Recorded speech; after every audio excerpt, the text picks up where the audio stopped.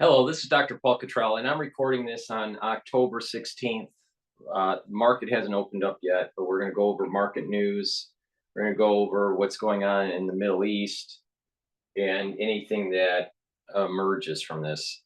Right now, the futures market is 5,866 for the S&P 500. And the euro is trading at 1.088, and VIX is trading at around 20.74. Oil is trading at about $70 a barrel and 79 cents. Now, my overall analysis of this is that risk per the VIX is just slightly elevated, all right, in the 20s, but it's in the low 20s, so it's not to worry. And that equities in general are moving upward, not downward. Now, you might have a few days that are up, maybe a few days that are down, but the overall trend is moving up. I still have a target of 5,800 year end for the S&P 500. And the probability of hitting 6,000 is increasing.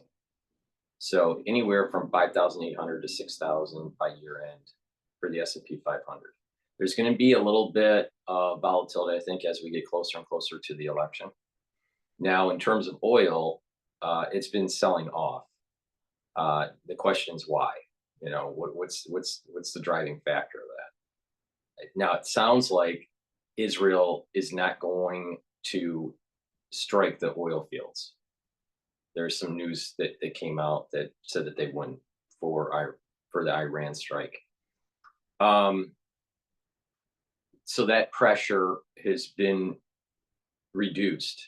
So oil is going down, but a bigger component for the oil going down is the demand from China is low because of their economic turmoil. So I think at least at the immediate term here, China's demand function has a higher weight than the actual weight of Middle Eastern conflict. But that could change radically in a day or so. So who knows? Who knows? Before we begin, I'd like to just remind everyone, please help support my work by going to my store, the-studio-reykjavik.com, and get the collagen.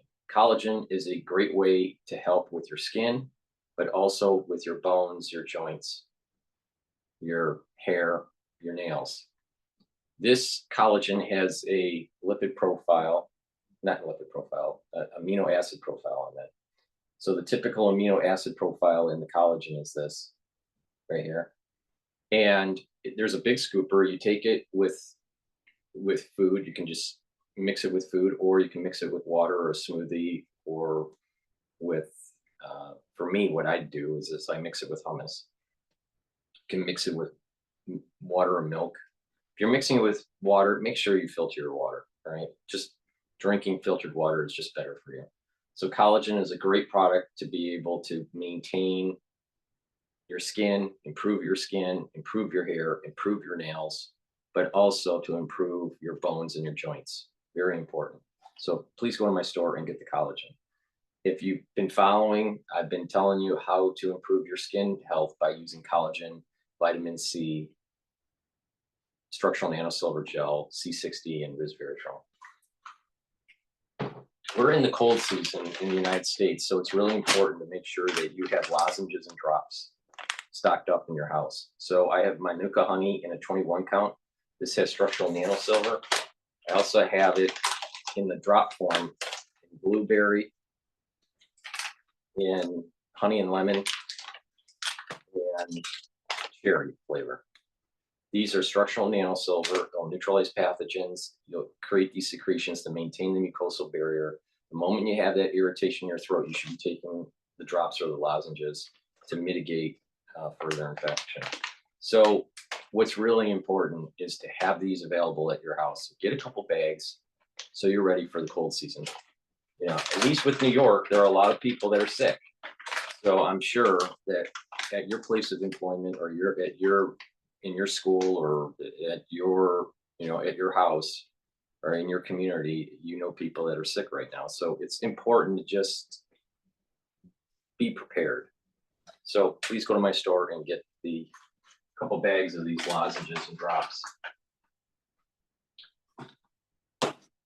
It's really important to realize that taking a strong antioxidant is very beneficial for slowing down the aging process, but also to provide you with the energy that you need for your body to heal and for your body to perform at its best. I sell C60, which is a very strong antioxidant. You can get it in extra virgin olive oil, or MCT coconut oil, or you can also get it in avocado oil on my store. You can get it in a 2 ounce, a 4 ounce, or an 8 ounce configuration. Take a teaspoon a day. It's a very strong antioxidant. The C60 in here will soak up those free radicals. That will mean that you'll have less stress in your cell. Your cell will perform better. In addition, it'll help with the mitochondrial health and boost up your ATP. That means you have more energy for your endocrine system, and more energy for your immune system, and you'll slow down the aging process. If you're chronically inflamed, or you have a bad immune system or a bad endocrine system, people will age faster. So this is part of the reason why, by soaking up free radicals, it's so important to slow down the aging process and improve your health.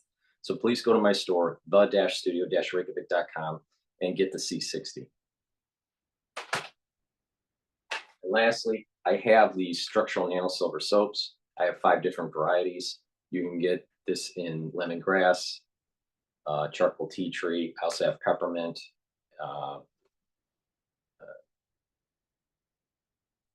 oatmeal spice, and one other. So please go to my store, the-studio-reykjavik.com, and get a couple bars of the structural nanosilver soaps. They're very high quality, and they're way better than those soaps that you may purchase at your grocery store, because those other soaps, most of them are full of chemicals. So please go to my store and get a healthier alternative for the soap. I use this soap every day, so please go to the store, the-studio-reykjavik.com. Help support my work and help support your health. With that said, let's go to Bloomberg. I want to hear what they have to say about pre-market. About 1.4%. They put up a good quarter, but they have a similar commentary to Delta, saying that they think that there could be less travel around the election. It's not quite intuitive or logical to me as to why that would be the case, maybe internationally, but domestically, I'm not sure. But it is interesting. And then speaking of the election, after yesterday's rather robust interview with Donald Trump here on Bloomberg Television, we do have the shares of Trump Media and Technology up 5.9%. Over the last I saw that interview. It's a little longer than an hour long. And I thought that the interviewer was trying to do gotcha on Trump. Trump answered the questions in long form, not quick answers, but in long form with storytelling, which I think he does very well at, to give you his mindset and how he thinks. The idea here is that when it comes to economics, you can't just look at it just one variable. Remember what I was saying about oil? That oil can go up or down based on these different variables, and the variable weights change over time. Well, you could see through his storytelling that he was showing that putting tariffs on foreign goods, if you look at holistically, is going to actually help the economy, not hurt the economy. But if you silo it, if you just look at one variable, increasing tariffs would mean increasing the cost of goods that you import. But the interviewer, didn't really want Trump to go into the details, like, well, by forcing people that you're going to increase their tariffs, you're forcing them to increase the production in the United States. Well, increasing the production in the United States means our GDP is going to go up. We'll have economic clustering. And that means that, assuming that the debt is at the same rate, then our debt to GDP ratio would go down. So you got to look at these presidential economic policies not in a silo. You have to look at it multivariable. And I think he did a great job. Many people in the room, this was at the Chicago Economic Club, many people in the room were business owners, small business owners. Some of them were large business owners or, or CEOs, but many of them were small business owners, and they were very receptive, very positive on what Trump was saying. That's making me, he did an excellent job on that interview. Now, the spin after because Bloomberg is not, Bloomberg, the company is not pro-Trump. It's very anti-Trump because Trump is pushing back on globalization. He wants fair trade, not free trade. And that's what decimated our manufacturing base, is this whole free trade, at any cost. And it doesn't matter to the middle class. And Trump is trying to reverse that. So you have the talk afterwards. They had many people, trying to demonize the Orange Man bad and thinking siloed with his economic policies and not looking at it holistically. There were a few that did, look at it holistically, and they said, this guy's not wrong, because Trump isn't wrong on this. People need to wake up. The globalists have taken your jobs away, and the economic prowess that America was known for many decades. Now, we can revert back to a strong economy where we're making stuff. When you're making stuff, you notice innovation. Innovation comes from making stuff. Innovation doesn't come from not making stuff. And then also, you get the economic clustering. When you make stuff, then you have other peripheral industries and other peripheral businesses that build around those economic clusters. When those businesses go away, the economic clustering dies. So we need to be strong with manufacturing in the United States. In addition, by having a strong manufacturing base, we'll be able to arm our military. We're having problems with the Navy. Why? Because we don't have enough shipyards. So we need to protect our steel industry and our aluminum industry and our shipbuilding industry. Why isn't America the biggest shipbuilding country in the world? Why does that go to some other place like Asia or Europe? There should be no reason why Americans aren't building the best and the best ships and the most ships. Since we import so much, why? You ever ask those kinds of questions? Because what it is that you have lobbying groups in the United States trying to push jobs overseas. So is Congress really, helping the American citizen, or are they helping the lobby group? So, but I think Trump did an excellent job on that interview.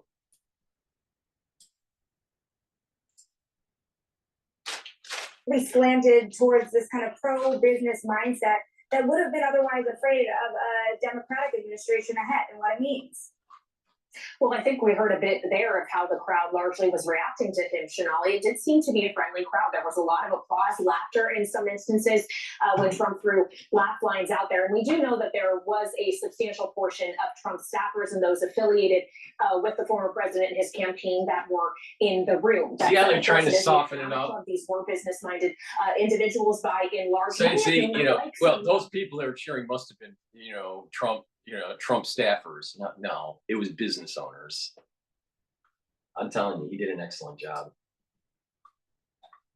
Ideas including lower corporate taxes for companies that make goods in America and lower taxes across the board that Donald Trump is advocating for, even if economists do contend that that could be deficit additive and ultimately that his tariff policy could also fuel inflation. All that said, I was not in the room, so I can't speak to the exact composition and who exactly was clapping. I was just watching it alongside all of you here on Bloomberg TV, but I would just point out that typically if you're going to listen to someone speak, you might be more in favor of the kind of ideas they are putting forward, like when Matt Miller goes to a fish concert, probably because he likes fish.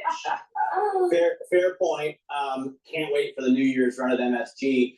I was at the Economic Club of New York when Trump spoke there. I was also surprised by the support he had at the ECNY. Some of the most important people on Wall Street I saw there. Is he doing better maybe than we think, Donald Yes. Trump? I mean, he mentioned some Not of the that. early, It's voting polls better. yesterday, and certainly It's in the better. It's better than is he doing better? What it is that the ultra liberal mindset is crumbling. Their arguments are crumbling right in front of them, and I'll tell you, a lot of these Bloomberg people are anti-Trump. He's really turned it around. Yeah, we have seen a change in the betting markets, and we've seen across polling from New York Times, CNN to other polls that things do seem to be tightening at this stage in the race with less than 3 weeks to go. I would point out that what we have seen in the last few weeks is also coming as we've had no real clear catalyst. When we look at Kamala Harris's candidacy, the person running against Donald Trump, she repeatedly had events that were helping to build her momentum. First, the fact that she became the presumptive nominee, then she had the selection of her vice president, Tim Walz, then a convention, then, of course, the debate against Donald Trump, in which she predominantly was seen as winning. Since that debate, though, there hasn't been any other kind of event like that has been able to continue to propel that momentum forward, which may be contributing to some of the tightening that we are seeing, and why the candidates are now fanning themselves out across a number of mediums. Or maybe Kamala is just an empty suit, and everyone's starting to see it now. Yeah, come on. See, they always spin it. See how positive they were trying to spin Kamala? Well, it's good because she's not talking enough, in these big, high-profile debates with Trump. Maybe her policies suck because ultraliberalism isn't helping America in the general, just like how globalism wasn't helping America in the general. Fair trade, yes. Free trade, no.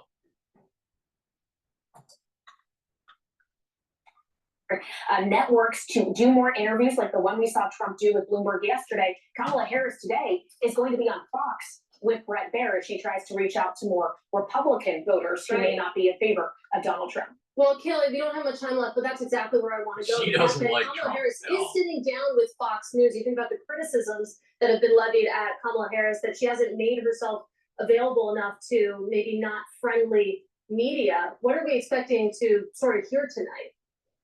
Well, she could face some tough questions on the issues on which she is weakest, the economy and the border.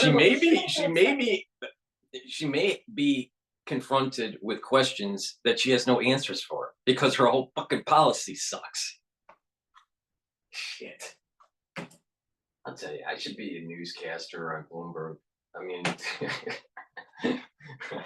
moderate version of Kamala Harris as she tries to attract some in the Republican Party onto her side. She has been attempting to create a sort of permission structure for Republicans to cast a vote for her rather than Donald Trump. We see that evidenced in her touting the endorsement of a number of Republicans, including former Congresswoman Liz Cheney, who has campaigned alongside her in Wisconsin just in the last few weeks. So that's really what it is about doing, is reaching across the aisle, trying to bring more voters to her cause. And we're seeing her do that with other demographics as well, including Black men, with an appearance on Charlemagne the God yesterday.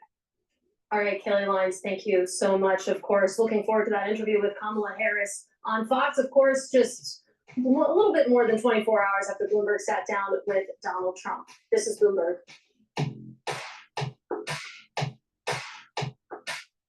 Markets never sleep. What's going on? Futures are still at 58.63. Billion floated to money market funds in the week ending October 9th. This is coming from the Investment Company Institute.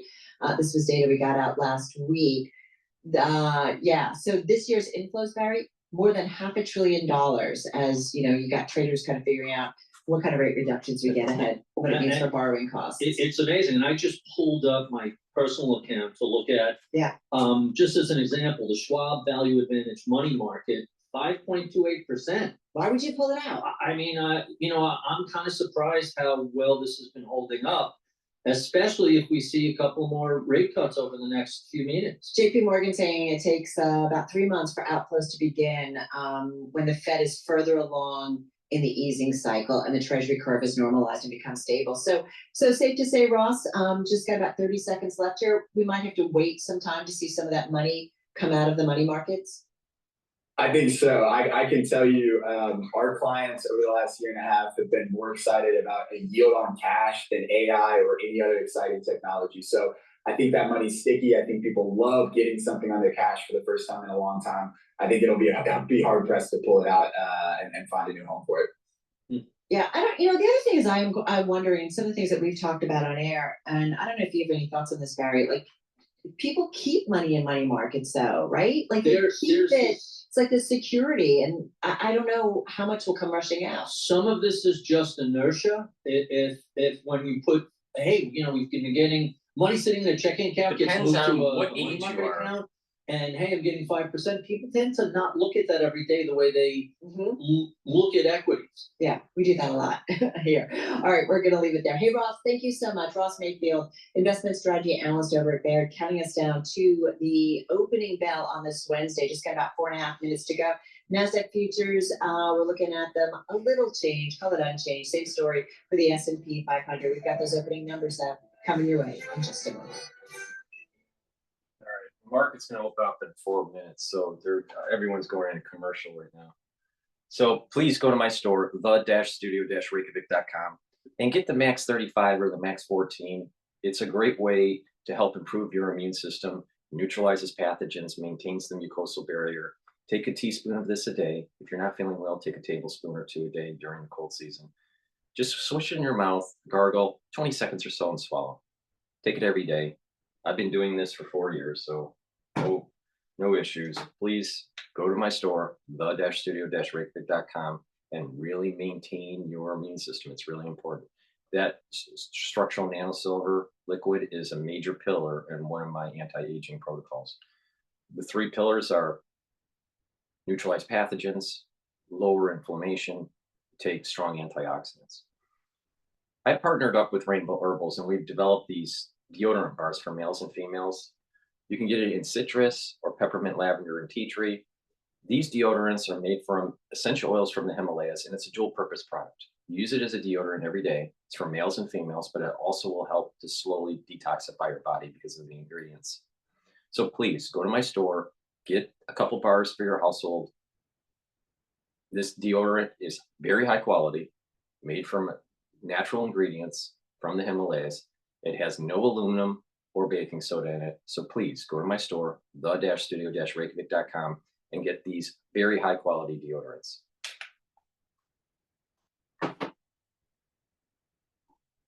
All right, let's see what's going on over at Bloomberg.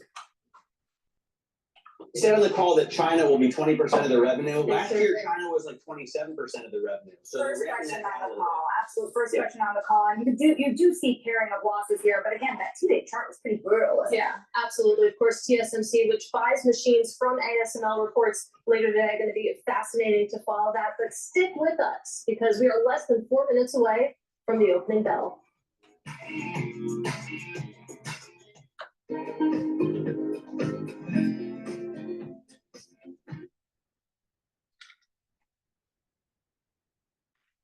Go to my store, the-studio-reykjavik.com, and get the vitamin B complex. Very important for cellular metabolism.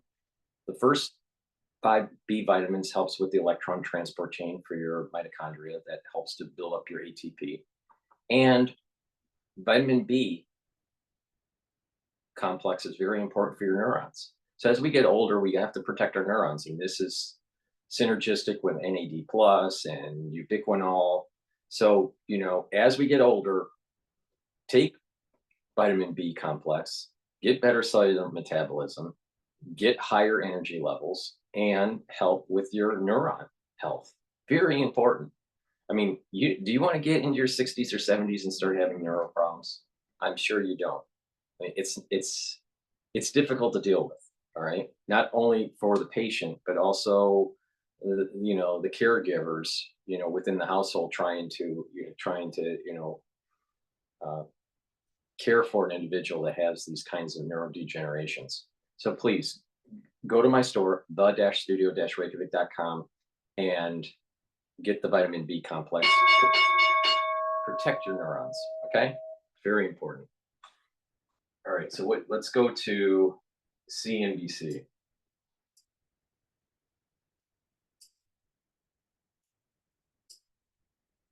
At the time. No, but they are national treasures, and we need inconsistent.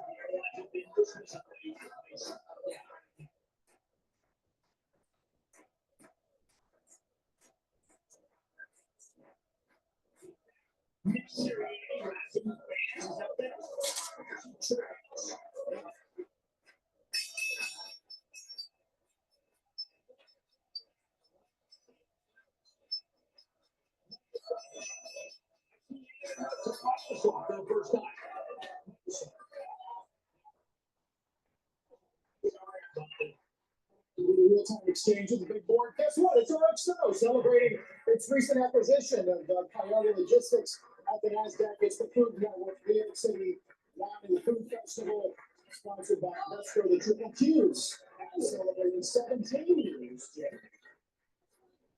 Some says that they doesn't go from BMO talking about co-pilot, maybe not doing that well. I was countered that by saying Charlie Sharp, the CEO of Wells Fargo, is on the board of Microsoft, and he said it's doing incredibly well. So, as between BMO saying it may not be doing that well and Sharp on the board saying it's doing well, I'm going with Sharp. And period, end of story. Well, while we're in the area of mega cap tech, Jim, this Amazon nuclear pact, just one more addition to the story about energy supply, data centers. Man, our friendly Mr. Adam. It is a remarkable thing to see something that was so reviled for so long, nuclear energy, and now it's really our only hope. By the way, 7 years before you can really build a new one. Even the small nuclear reactors, which is often the thing is that I'm against this whole idea of small nuclear reactors feeding data, some sort of data farms for AI and all this. Yes, the technology has gotten better and could be safer through better designs. But the thing is that do you really want across the country lots more of these small nuclear plants where something could happen if they, it's a black swan event, all right? Low probability, high impact event. But if it does happen, it's radiation forever, all right? Well, not forever, but for a long time, all right? What about the waste? I mean, nuclear waste is a real thing, right? And I'm not so sure that mankind is even better off with having these AI farms. Not only that, it's an Achilles heel. And this might be a good thing for the big blackout in 2054. What happens, and I've mentioned this before, what happens if the monks, okay, for people that don't know, you're going to have the transhumanists over time integrating with AI. AI becomes more biological, humans become more mechanical, all right, through transhumanism. And so there's going to be a split within humanity, the ones that are for transhumanism and the others that are going to want to be humanists. And I call these humanist monks, where they are going to fight against the transhumanists and find their Achilles heel. And I wrote a book about this, all right? And my artificial intelligence book. It's an ebook on my website.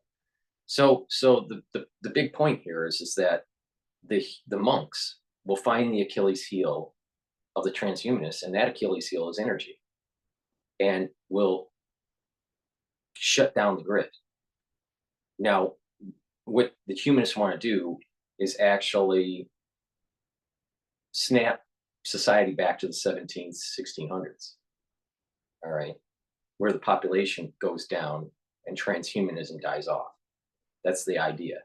Now you'll have certain pockets using, magnet technologies or, local energy generation type technologies. So it's not going to be 100% like the 1600s or the 1700s. You're going to have these pockets of energy production, for the humanists. But the idea is that the monks, the humanists, want to kill off the transhumanists, and they're going to do it through their energy source.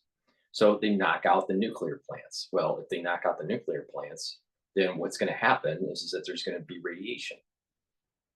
You know, now maybe they'll be able to knock it out where there's not radiation leakage. But the thing is that society's population is going to drop. So this is predicted in 2054, where the big blackout is going to take place. Where this war between transhumanists and monks happen. All right. And there's a big decline in the population. But the whole idea is that humans prevail and the transhumanist movement dies off. Now, that's my take on it. All right. I'm against nuclear power. And the main reason is the waste, nuclear waste. Now, if you can do nuclear power through, fusion reactors where there's, it's very safe and there's no waste and all this stuff. Okay. But these fission reactors, not so much. So I'm against it. And I've always been, ever since I was, I don't know, in my 20s. So for 30 years, I've been against nuclear power. Now, what I want to do is I want to go to Bloomberg and listen to what they're saying about Trump. 4 years, but in part that is skewed because it did drop down to 0.1% during the spring of 2020 at the very height of the pandemic. So when he says we had no inflation, effectively at one point, yes, that was true, but that was not true in aggregate over the course of his administration. Also, when he contends that we were growing our way out of tax cuts during the administration, that too was not true. And again, we do have to consider the pandemic factor within that. So those are just some of the data points that we can actually point to during the course of his presidency. We have to just kind of try to forecast forward what the impact of some of the policies he's talking about now will be, which is where you find the vast majority of economists saying that his tax cuts would be additive to the deficit and perhaps inflation along with that, and of course that his tariff policy will be inflationary as See well, how they're pushing even though it? he contends that it will not be. Kaylee, it's funny, every time the inflation conversation comes up, They're looking at I'm it siloed. reminded of They're thinking of interview I it. did They're with thinking Professor- They're thinking of it siloed. They got to understand. You bring up the tariffs. And then people will want to make products in the United States. Those companies will make products in the United States, or American companies will make the product in the United States. So there's going to be higher GDP. All right. Now, with the tax cuts on top of that, that means that there's more money in your pocket so you can go and buy goods, providing another stimulus for higher GDP. So this idea, if you siloed it and said that manufacturing is not coming back to the United States, yes, it would be inflationary. And not only that, his tax policy was implemented shortly after he went into office when Congress passed it. But you need 4, 5, 6 years to see on how it gets into the economy and grows new businesses. The immediate stimulus of lower taxes allows for people to purchase goods. But as the economy starts to feel that there is more momentum within it, then businesses will build up and more products and services are provided to the society that's endogenous to the society, that's made from the society. But then COVID happened. And so that was a major demand shock. So you got to look at this holistically. But Bloomberg's looking at how can you demonize Trump? Because Bloomberg is a globalist. Mark my words, Bloomberg is 100% a globalist. Jeremy Siegel of Wharton, who after the first CARES Act, which was the biggest fiscal stimulus since the World War II, and then the second CARES Act and the Response Relief Act and other COVID relief, both passed under President Trump. And on a bipartisan basis, Siegel was the first person who said, during the Trump presidency, this is going to be massively inflationary. It just has to work its way through the system. It's amazing that nobody's tagged him. And I think the choice was either much higher unemployment or inflation. But it seems sort of disingenuous to You know, say, here's the "Hey, disingenuousness of this. Take a look at what happened with Lehman and the stimulation, the monetary stimulation from the Federal Reserve that was inflationary. But they tried to, you had a deflationary situation in assets, you had a deflationary situation in the economy. And so what happened was that the Federal Reserve pumped a lot of money into the system to try to get and heal the economy and prevent it from going into a Great Depression, right? So it had to be inflationary to counteract the deflationary vector, all right? During Lehman, during the Lehman, and this is the TARP and all this other stuff, you know, and QE 1, 2, 3, 4 to infinity, right? All right, so that's inflationary. And that was under Bush Jr. and mostly Barack Obama, all right, with that whole, you know, QE 1, you know, 2, 3, 4, all right. QE 1 was George Bush Jr. All right. So this was a Democrat and a Republican issue. So but now with the whole COVID issue, what happened is that there was massive fiscal. So you have fiscal stimulus and you have monetary stimulus.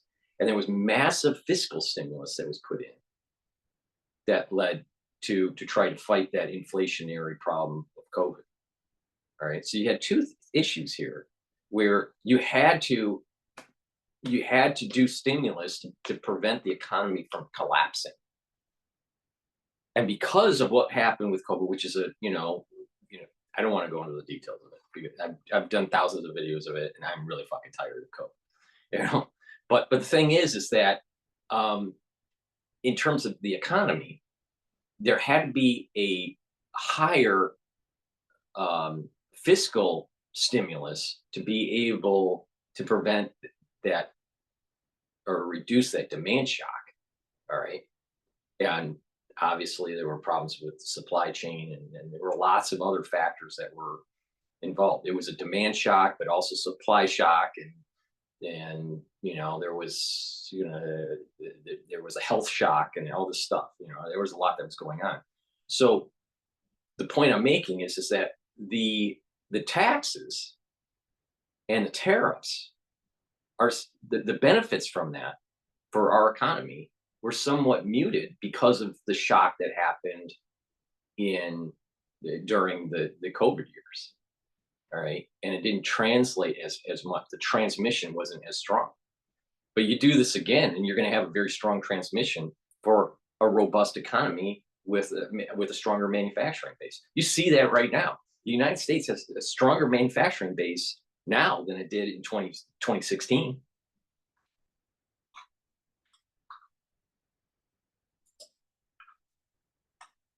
Nothing to do with inflation. Clearly, both Trump and Biden passed massive fiscal stimulus, and that's what drove most of the inflation. Yeah, and we do have the numbers that bear that out. The Committee for the Responsible Federal Budget is a great source on this, and they have pointed out that during the Trump-Pence administration, more than $8 trillion of new spending was approved in terms of 10-year borrowing. $4.8 trillion of that excludes the CARES Act and other COVID relief. So yes, a massive portion of that was COVID relief, which was stimulated. If you listen to Bloomberg long enough, or you listen to my show, Telemetry, long enough, you'll start to notice that Bloomberg always wants the Federal Reserve to lower rates. They'll put talking heads on and they'll want the Federal Reserve to lower rates. Lower the rates so there's more people that can do mortgages. Lower the rate so there'd be better M&A deals. Lower the rate so people would have hot money to put it in the market so your hedge fund guys can buy your terminals. Not realizing that lowering the rate actually is inflationary. So they'll demonize Trump, saying that tariffs and tax cuts are inflationary. All right. But they won't demonize the Federal Reserve. Because Bloomberg is constantly looking for their addiction hit from the Federal Reserve to cut rates. I'm telling you, these people. But the thing is that Bloomberg and the staff on Bloomberg are a lot smarter than the typical dipshit that's on mainstream media. I mean, these people aren't dumb. They're biased, but they're not dumb, and they know where their bread's buttered. All right, they know which side the bread's buttered, and they know that they need to pump globalization and not localization. Do you think that they're for the little farmer, or do you think they're for Cargill or Monsanto? Of course they're for big ag. They don't want the little farmer to be successful. They want the big farmer, the big ag, the big companies to be successful. So you got to understand the bias of where these people are coming from. And believe me, she doesn't like Trump. The economy, as we have seen in the aftermath, but that was still $4 trillion of other spending that was approved as well. And of course, with the tax cuts, that was about $2.5 trillion of that. So we do have the numbers that show this. But yes, you're absolutely right. As the inflationary effects weren't felt until President Biden took office, it has really been the Biden administration that has taken the brunt of the blame on this, not Donald Trump. And of course, we know that supply chains were a factor in this as well. The supply side, the much more difficult force of inflation to address, had a huge role to play in that as well. But that isn't always what has been reflected in voter sentiment, although Kamala Harris has been able to gain ground on the economy relative to where Joe Biden was. Voters don't blame her quite as much, it seems. I highly recommend everybody check out the story on the Bloomberg because it goes through the Fed. That's some pro-Trump or pro-Kamala. Auto manufacturing and where those plants are, Chinese plants in particular. You can find it at Bloomberg.com. Having said that, Kaylee, you guys have been watching this for, the whole run up, the change when Biden stepped out, Kamala Harris stepped up. The two, though, Harris and Trump, are on these massive media tours. And how much of this makes a difference in an outcome of a race that's 19 days away now? Yeah, it's very close. In fact, the election already is underway as early voting has started in a number of states, Carol, including in Georgia yesterday, where they set a turnout record for the first day of early voting. More than 250,000 people. I want to go to oil on CNBC. With you While you're there, on the helicopter. I'm gonna give him one. We work together very well in some collaborations. You and McConaughey. Yeah, we collaborated over salad. you had a script you were pitching. Yes, we had I don't know, he wanted in, but I didn't tell him I've got other people in mind. Me and Affleck versus you and McConaughey. I'll take that. Okay. David's so smart, right? Can you keep up with him? No, I didn't see him. Really? Your father really said that? I don't believe it. Yeah. Reactors. Now, Amazon has signed agreements to develop this new breed of reactors, investing in X Energy. And finally, Carol and Barry, not sure if you've been to Disney's Florida theme park lately, but there's a new cake shop. It's set to open. Parents are sounding off on social media about the prices. A slice of cake at the Cake Bake Shop by Gwendolyn Rogers will run you as high as $26. That is insane. That is crazy. That is insane. Come on. It's cake. It's cake. It's only cake. There are all these new tea shops and cake shops in Manhattan where $20 for a slice of cake is not unreasonable. All right, but that's New York, and we're insane too. Well, Disney and New York are almost the same prices, right? You can't get out of Disney for less than $500 a day. That's what it feels like. I will say, when I took my daughter to Disneyland 10 years ago, or Disney World, I loved it. Yes, I was all in. She's like, Mom, don't you want to live in a castle? I'm like, yeah, totally. I'm in. All right, that $27 cake though. I don't know. It's like a drink in Manhattan too, right? Right. $18 for a mixed drink, $23 for a glass of wine. It's kind of cheaper to buy a house. Oh no, it's not. People. It's crazy. It's crazy. In the scientific process, for example, genomics or even drug discovery. What's going on there? Oh, it's such a Markets never sleep, and neither does Interactive Brokers. Discover more opportunities with CME futures across equity. U.S. election and the inauguration to go forward with a potential bid there. Yeah, look, there's a history with semi companies trying to buy each other. Broadcom wanted to buy Qualcomm, that never went through. Broadcom, Qualcomm wanted to buy NXP, that didn't go through. So a transaction of this size, which I expect would be at least, $150 billion if Qualcomm was to make a complete bid for Intel. You're not going to have regulatory approvals like this, and you want some certainty because there is a breakup fee element to it. And I think I'm not surprised they want to wait until November, at least to have some. My prediction: they're going to wait forever. That's never going to happen. Really? No way. What do you Why? think? It's totally different business, Maybe right? parts of the business of Intel do make sense when it comes to Qualcomm looking to get into PCs. Not everything. I think nobody wants to get into the foundry side given how much investment you need to make. So clearly pieces of that do make sense for Qualcomm. I think a lot of people who are, investors in Intel would really like it to happen. So For sure. we'll see. At Of a high course. valuation. Yeah, what a rough ride, of course, for Intel, down another couple percent right Let's now. go into Manjit Singh housing from Bloomberg markets Intel. Consumer demand. Remember, consumers are very well aware of what's happening with mortgage rates, and they listen to people like us who talk about mortgage rates being lower down the road, and they're waiting. They're sitting on the sidelines and waiting for those lower mortgage rates. See what So I mean? that's the big See, question. this is what I'm talking about. They're pumping up the Federal Reserve has to lower rates so they can have a housing, increase housing sales. The reality of the situation is every time the Federal Reserve lowers rates, it's inflationary. Believe me, the Federal Reserve has caused more inflation than Donald J. Trump. Get real, Bloomberg. Fuck. 20 to 30%.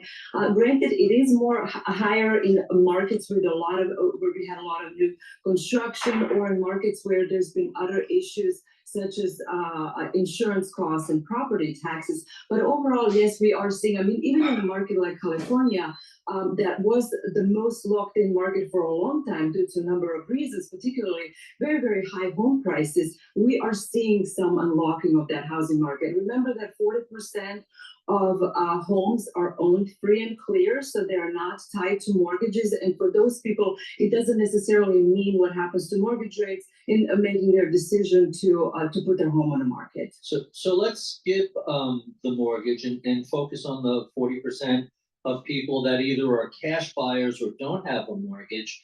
We've seen a number. We were just talking about Ken Griffin's condo in Chicago. We've seen the high end kind of go crazy. And now it looks like it's starting to, I don't know if the right word is moderate or pull back.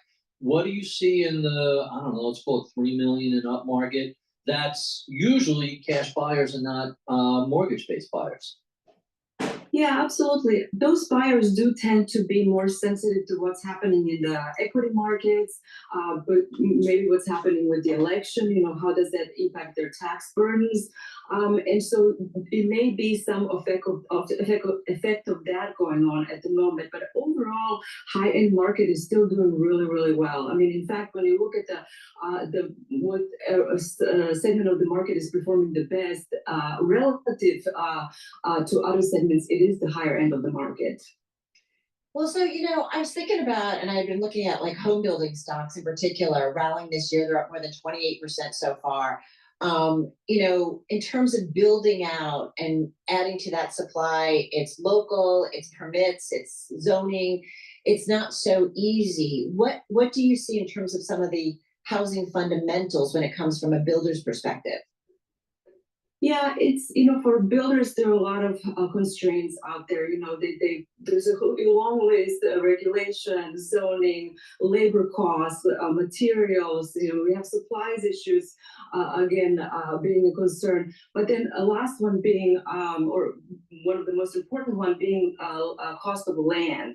And when you look at which component has increased the most in terms of cost, it's actually been cost of land. And so wherever you have market where it's much more expensive to acquire a piece of land, it will be less likely that you're going to have a new construction. So new construction market is very bifurcated. You have a lot of new construction in Southeast, anywhere between Texas and Florida, where the cost of land is much less expensive, versus East Coast, Northeast, or even the West Coast. And as a result of that, for example, now of more new construction in these areas in South and Southeast, the the rate of home price appreciation has been slower. It's a supply and demand. You have more supply, which is slowing the rate of home price appreciation in those markets. So the really interesting data point I saw not too long ago was states that had a higher construction rate tended to have higher GDP. And when you look at places like New York and California, NIMBY, not in my backyard, has really reduced the pace of new home construction and helped keep prices high. Is there any hope that that might change in the future? Well, California has made a lot of improvement in terms of allowing additional dwelling units, ADUs. Actually, the number of permitted dwelling units increased substantially over the last couple of years as the regulations sort of adjusted better to being able to build these ADUs much more easier and having less restrictions on that. So I think the infill development is the within one's property, within one's parcel, is a solution for some of these markets that have a really strong NIMBY efforts. All right, gonna leave it on that note. Hey, Selma, thank you so much. Selma Hepp, Chief Economist over at CoreLogic, talking a little bit about the housing market. Hey, listen, that's gonna do it for us. Time flies, 3 hours. Right. Give us 3 more. Right. No, we don't wanna do that. Carol the Goddess, thank you so much. And the name of that cake place, Lady M, it's next to my Oh, I office know about Lady downtown. M, right? A cake is $125, so $20 a slice, not that much. Good cake? Fantastic cake. Okay, so it's worth it? If you can take the calories, for sure. I just want to say about that Ken Griffin penthouse that went for sale, and I guess he lost some money, 7,500 square feet, 38th floor. He never lived in it.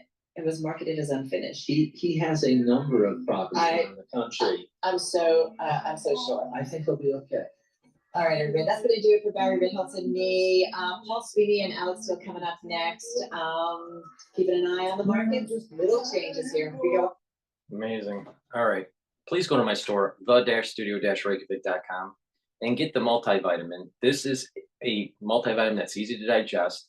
Multivitamins are really important as cofactors for enzymatic activity, so your cells are performing the best that they can. Should be taking this every day.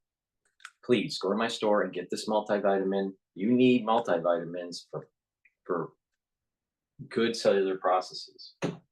And the profile for that is very good. So please go to the store and get that multivitamin. Probiotics are very important for many reasons, to help to absorb your nutrients better, to reduce inflammation in your gut, to maintain a good mucosal lining for your gut, to improve your metabolism, and to improve your mental acuity and your mood. So please go to my store and get these probiotics. You can get it in the veggie cap form, or I also have a powdered form. Take it every day. I usually take the powdered form because I mix it with my hummus. And, but you can also take the veggie cap form. They're both very high quality probiotics. So please go to the store, take it every day to improve your health. Structural nano silver gel, very important. It's a dual purpose product. It'll help with skincare. You can put it on your skin, before you go to bed, exfoliate in the morning, and you'll notice that your skin's clearer and tighter, especially around your face. You can neutralize pathogens, put it on your hands, around your mouth, around your nose, around your eyes, around your ears, lightly coat your nostrils, especially during the cold season. That's going to be really important. Trust me on this. You'll stay active for 5+ hours. In addition, it'll help to heal wounds, scrapes, abrasions, minor burns. So please go to my store and get this great dual purpose product. It's the-studio-reykjavik.com. Link is in the description of this video.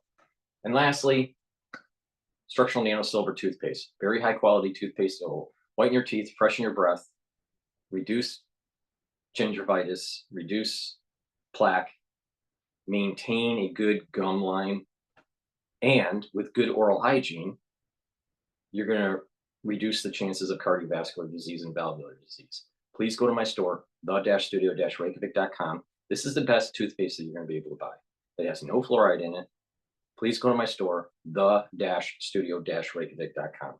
This toothpaste is far better than anything Alex Jones sells. So please go to my store and support my work. Get a few tubes of this toothpaste. It's the-studio-reykjavik.com. In addition, I tell you how the stuff works and why the stacking works. And I take it. It's obvious that it's working. It's obvious that my aging process is slower than my peer group. Alex Jones is younger than me. He doesn't look too much younger. He looks a lot older. He looks like 15 years older. So, you know, the reality of the situation, what I tell you to take is what I take. What I tell you to do as a protocol is what I do. All right? Please go to my store and follow my protocol. Improve your immune system, improve your health, slow down the aging process. It works. All right? It's really simple. It's really simple. Neutralize pathogens, soak up free radicals, bring down inflammation. Take charge of your health. All right, let's go to Al Jazeera and see what's going on if they're not on commercial break. Everyone might be on commercial. Okay, let's go to Al Jazeera here. From Doha, also coming up, Israel's siege of northern Gaza is in its 12th day. Attacks persist even as the US wants the military to allow aid into Jabalia refugee camp. You're watching Al Jazeera. I'm taking you to a meeting of the leaders of the European Union and the Gulf Cooperation Council holding the first joint summit in Brussels. This is Charles Michel. He is co-chair of the event. He is the president of the European Council. It is also being chaired by the Emir of Qatar, Sheikh Tamim bin Hamad Al Thani, because Qatar holds the rotating presidency of the GCC. Let's listen. For your personal commitment. Excellencies, ladies and gentlemen, with this summit, we would like to send a powerful message to our citizens and to the world. The EU and the Gulf Cooperation Council, we are ready to build a strategic partnership fit for the 21st century, and we are ready to work together to tackle global challenges. We want more stability, more security, we want more prosperity, and more respect for international law. I recently had the occasion to meet many of you to prepare this summit, and we all agree that this summit should send a message of unity and a message of hope. We share a common goal to promote growth and to generate more prosperity for our citizens, and we can do this through sustainable investment and trade, and by working together on the two biggest transitions of our time. On the one hand, the digital and artificial intelligence revolution, and on the other hand, the green transformation of our economies. We are also aware of the importance of better connecting our regions, our economies, and our people. And we also share a common responsibility to protect the rules-based international order and the UN Charter. As regional organizations, we also have a key role to play in conflict resolution, addressing climate change, strengthening multilateralism and human rights. The current geopolitical context, we all know, is extremely difficult, and it requires. Getting tired of that. All right, let's go to Bloomberg here. We've got a structural trend underway in technology and AI, and ASML is obviously a critical part of that. Right now, the S&P 500 4 points lower. The Dow Jones Industrial Average up 139 points. The Nasdaq 100 down 110 points. As for yields, the 2-year. I'm going to go to the BBC here.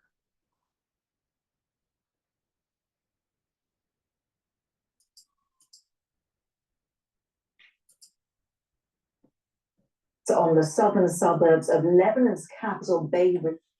Israel has carried out airstrikes on the southern suburbs of Lebanon's capital, Beirut, for the first time in 5 days. It said it had targeted an underground warehouse used by Hezbollah. Well, the Israeli military issued an evacuation order early in the morning, telling residents in one building to leave immediately. Well, Israel has repeatedly targeted South Beirut in recent weeks, traditionally Hezbollah's stronghold in the city. Now, the group has continued to fire rockets across the border. Meanwhile, the Israeli military said that it had struck more than 140 Hezbollah targets in just the last 24 hours. So if we just take a moment and look at that live shot from Beirut, where we can see the plumes of smoke, where Israel says it's targeted strategic weapons hidden by Hezbollah. This is the first hit on Beirut in 5 days. So Israel is saying to be reviewing the strongest known written warning from the United States about a lack of aid getting into Gaza. That letter to the Israeli government said that the US military funding could be cut unless the problems were addressed within 30 days. Now, since this strongly worded letter was sent, the UN says that the first aid in 2 weeks has now entered northern Gaza. So let's cross over to Jerusalem to speak to our Middle East correspondent, Yolande Knell, who joins us live now. So Yolande, just bring us up to date in where we are in terms of aid finally getting into Gaza.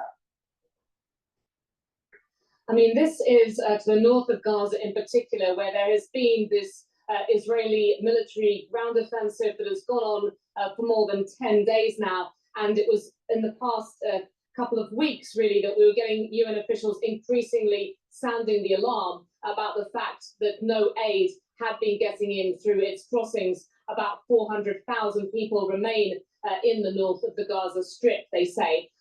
Now, on Sunday, which was the same day that this letter was sent by these two senior US administration officials to Israeli ministers, we did hear in the evening that about 30 lorry loads of flour from Israel's Ashdod port belonging to the World Food Programme had gone into Gaza, also a lorry load of fuel. And then that was followed up a day ago by another 12 lorry loads of aid getting in through the main northern crossing. I've been speaking to a senior UN official responsible for aid into Gaza, who was saying that they are hoping for more aid to get in again today. That does seem to sort of suggest that perhaps this letter did have some effect. We also had on Sunday the US Vice President Kamala Harris specifically talking about the concerns the Americans had about humanitarian conditions deteriorating in Gaza and reminding Israel of its obligations under international humanitarian law.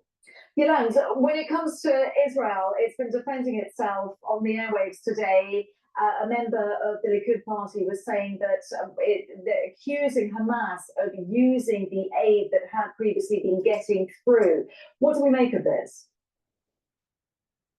I mean, this is a consistent Israeli position, and there has been evidence in the past that Hamas has been able to secure some of the aid that has entered into Gaza. What humanitarian workers say now is there's a lot more issues around criminal gangs and smuggling and looting with the aid that manages to get through. They talk about the fact there is not a secure situation in Gaza when it comes to getting these lorry loads of aid in, and that is a major concern which the US letter also calls to be addressed. Yolande, as always, many thanks from Jerusalem, our colleague there, Yolande now reporting live, but we can cross over from Jerusalem, let's cross to Beirut, where we're joined by Hugo Bitchute.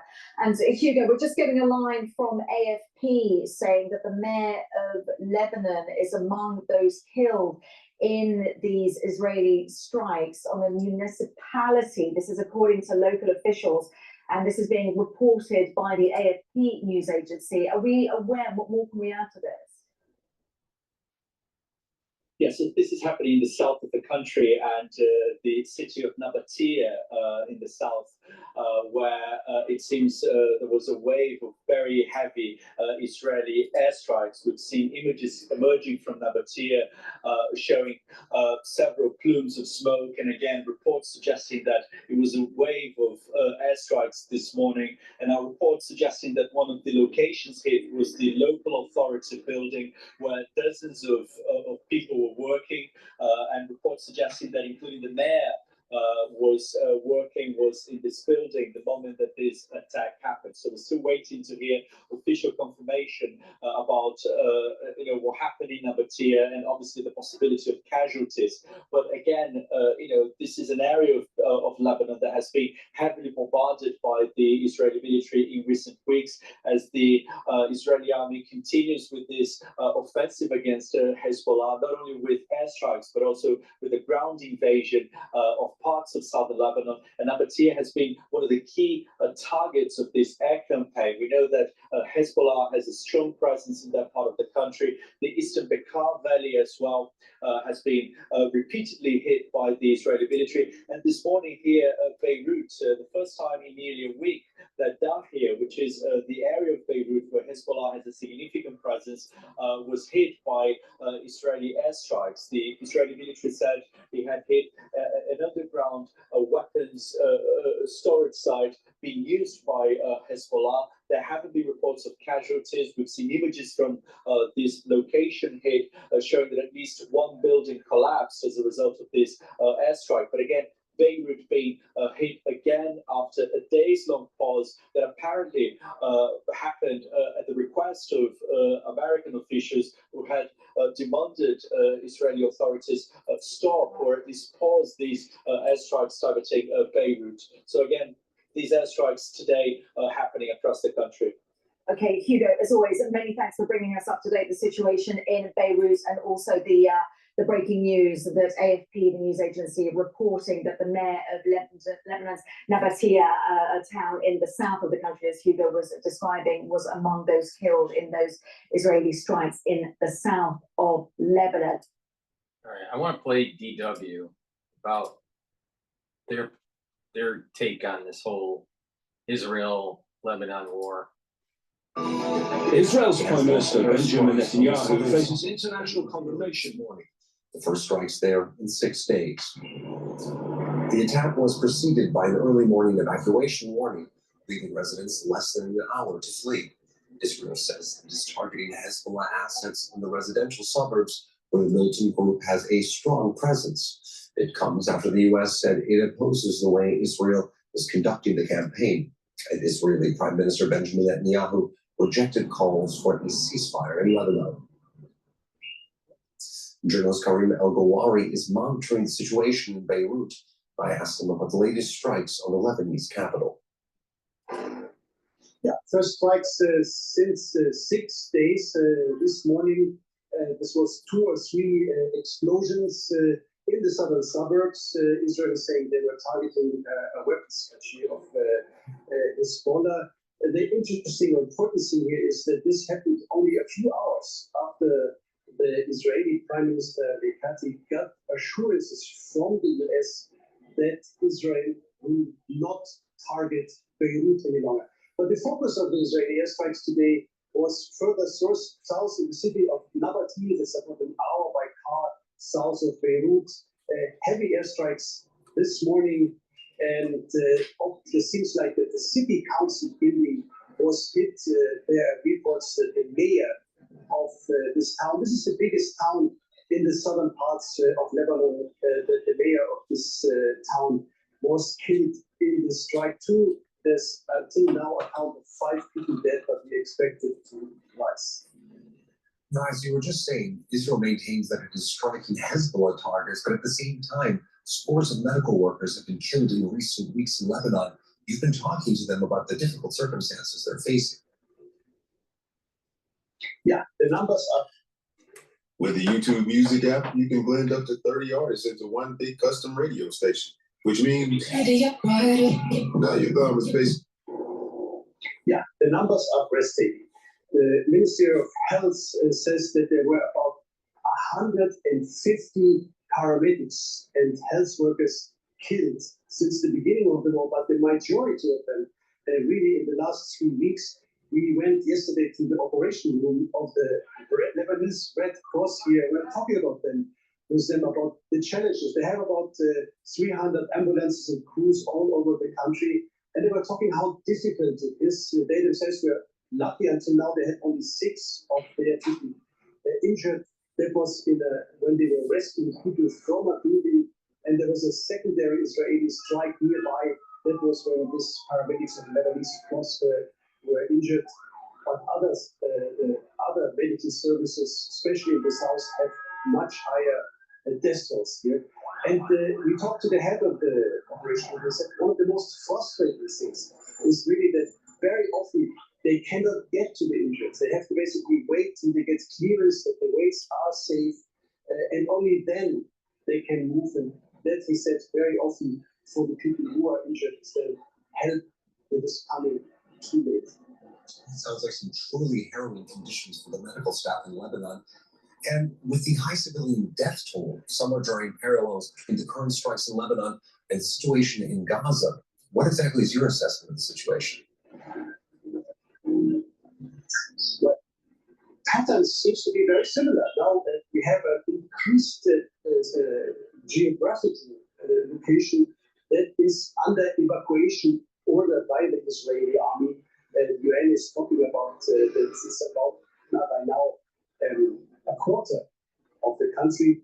UNICEF just released new numbers saying that we have about nearly 500,000 children alone who had to escape from these areas. And mind you, when they call an area and say like that it has to evacuate, it means that everyone in this area, in the mind of the Israeli army, becomes a legitimate target. Now, I talked, for example, also to refugee families who were saying like we have to, of course, leave people back because we have livestock, we have fields, people have to attend to this livestock, and they're going to stay back. So, in the sense of the Israeli army, they are all now through this evacuation orders becoming a legitimate target, and that's a pattern that's repeating itself, and that we know is a pattern we can see in the Gaza Strip now since more than a year.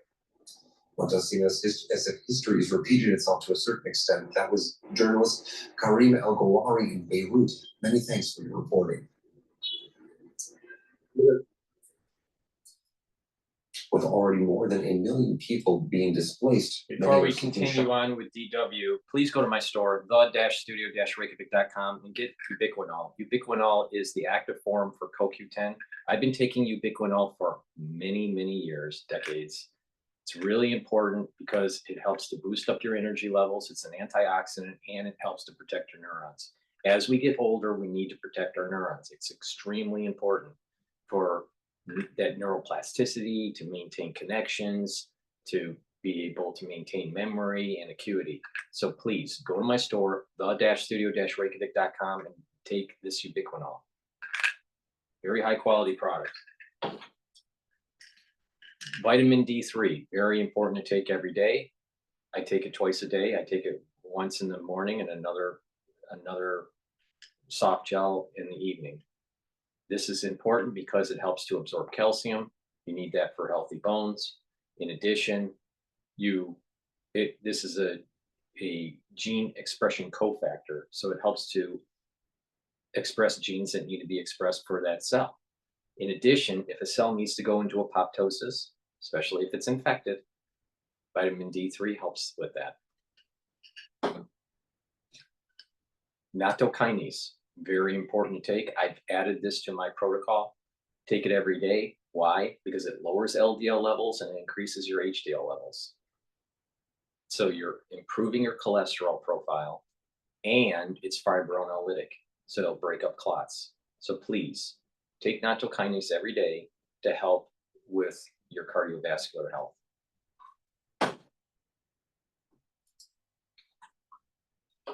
In Beirut, finding refuge anywhere they can. DW's Mohammed Shreite reports from the Lebanese capital. This is one of the fanciest nightclubs in Beirut. It's a destination club for Lebanese people and tourists. Up there is a Sky Bar where the evenings begin with a cocktail or two, or maybe more. And later you come down here to Skin on the ground floor, where the music is really loud and parties are long. I've been here a couple of times myself. People would dance there all night until a couple of weeks ago. We're going to go to Fox News here and talk about the Trump chance of winning. Cooper, former senior advisor to President Trump, Stephen Miller, Fox News contributor Kellyanne Conway. All right, Kellyanne, 3 weeks from tonight, it is election night in America. It's game time. And where do you see the race right now? Donald Trump is winning, and he has an opportunity to have what I call a narrow landslide, meaning he can actually run the tables and win all 7 swing states. He can win them narrowly, but the winner take all because it's the Electoral College. Why? He's barnstorming and blitzing those swing states. He's going to the 22 counties or so where this race will be decided, and he feels confident enough in his running mate, J.D. Vance, to go have his own separate schedule. So they are double teaming these swing states. And then Trump's doing smart things like going to iconic venues, Madison Square Garden, Coachella, California. Why is he there? The media are asking. Those aren't swing states because he's Donald Trump and he can fill up those venues and inspire people. The other thing that's going on is the left has no compelling message, no convincing, persuasive messenger, and they have a lot of money. Money in politics is distortive. It makes the Harris campaign think that she doesn't have to be that good and she can still win. So what started out, Sean, as penetrating the voters with ads penetration has become saturation and is on its way to inundation. That angers the voters. They stop getting upset about the subject matter of your ads and they start getting mad at the sponsor of the ads. 2 quick statistics that tell the tale here. Barack Obama and Hillary Clinton both won 93% of the female Black vote. Kamala Harris, a Black woman, is at 71%. 18 to 44-year-old Black men, Barack Obama had 81% in November of 2012. Kamala Harris has 41%. She has 1/2 the number that Barack Obama had. So how does she make that up among non-college educated households, among white households that don't say abortion is their top 1 or 2 issue? How does she make that? She's bleeding out among union households, younger people. And I'm going to say Blacks, Hispanics, and also Jewish voters. I mentioned to you groups that Donald Trump does not need to get anywhere near 50% to become the next president. I think he's in a great position to go right through far beyond 300 electoral votes. And the last thing I wanted to say is that registration numbers are incredible. Nevada, North Carolina, and Pennsylvania, the Republicans have really caught up. The whole get out the vote, voter education, early voting, all of those investments are paying off now. That's how you win this stuff. Tactical trench warfare. Let me ask you, Horace, if I can. I think Kamala's been horrible in these interviews, and she wants to promise, student loan forgiveness to those stupid 18 to 24-year-old kids that live in dormitories that she had talked about in the past. But now she wants to get $25,000 down payments. Now she's offering programs just to African Americans. She's not doing well, as Kellyanne was pointing out, demographically with African American men. So she sends out Barack Obama. That didn't work particularly well. He came off as somewhat condescending, accusing African American men perhaps of being sexist in their thinking. And now she's offering all of these programs. Reparations she will examine, she said earlier today. It didn't work out with Gretchen Whitmer. I mean, a huge controversy. Was she making fun or mocking Christians and Catholics? Obama didn't work out particularly well. Bill Clinton even went as far as to say that Lincoln Riley, had we had betting at the border, would likely be alive today. I don't think that was particularly helpful. So I don't see that her surrogates are helping her that much either. Last year, my book came out, Put Y'all Back in Chains, in which I predicted that Black America was sick and tired of the hoax plan. The latest hoax is apparently we're going to give $1 trillion+ in payments, calling it reparations. There is no scenario where some kind of grant of hundreds of thousands of dollars or $1 million per person is ever actually going to happen. Black Americans have realized this, and that is the reason why so many Black Americans are asking for basic answers. What are you going to do about inflation? What are you going to do about the crime problem? And what are you going to do about our country being overwhelmed by immigrants that are not supposed to be in this country, taking school resources and other social services that actual Americans. And not only that, as there's a flood through the porous border, the population of the Black community as a percentage of the total population will go down, and the Hispanic population will go up. At the last consensus, the last census, Black populations in the United States are roughly about 14 to 16%. All right. I've been using the number 14%. So the last census, about 14%. In urban communities, it can be as high as 36% in some of these urban communities. But when you start to have this illegal immigration, you have a larger Latino population, what will happen is that 14% overall in the country for blacks will go down 2, 3, 4 percentage points. So now it's at 10%, maybe 12%, while the Latino community has gone up over time. And not only that, the sanctuary cities are where the urban populations are. So that drop of 36%, that 36% of blacks in that community may go down to 30% or 28%, while the Latino percentage goes up. And that means that the Democratic Party is going to think less of the needs of the Black community and more of the needs of the Latino community. And if you think I'm wrong,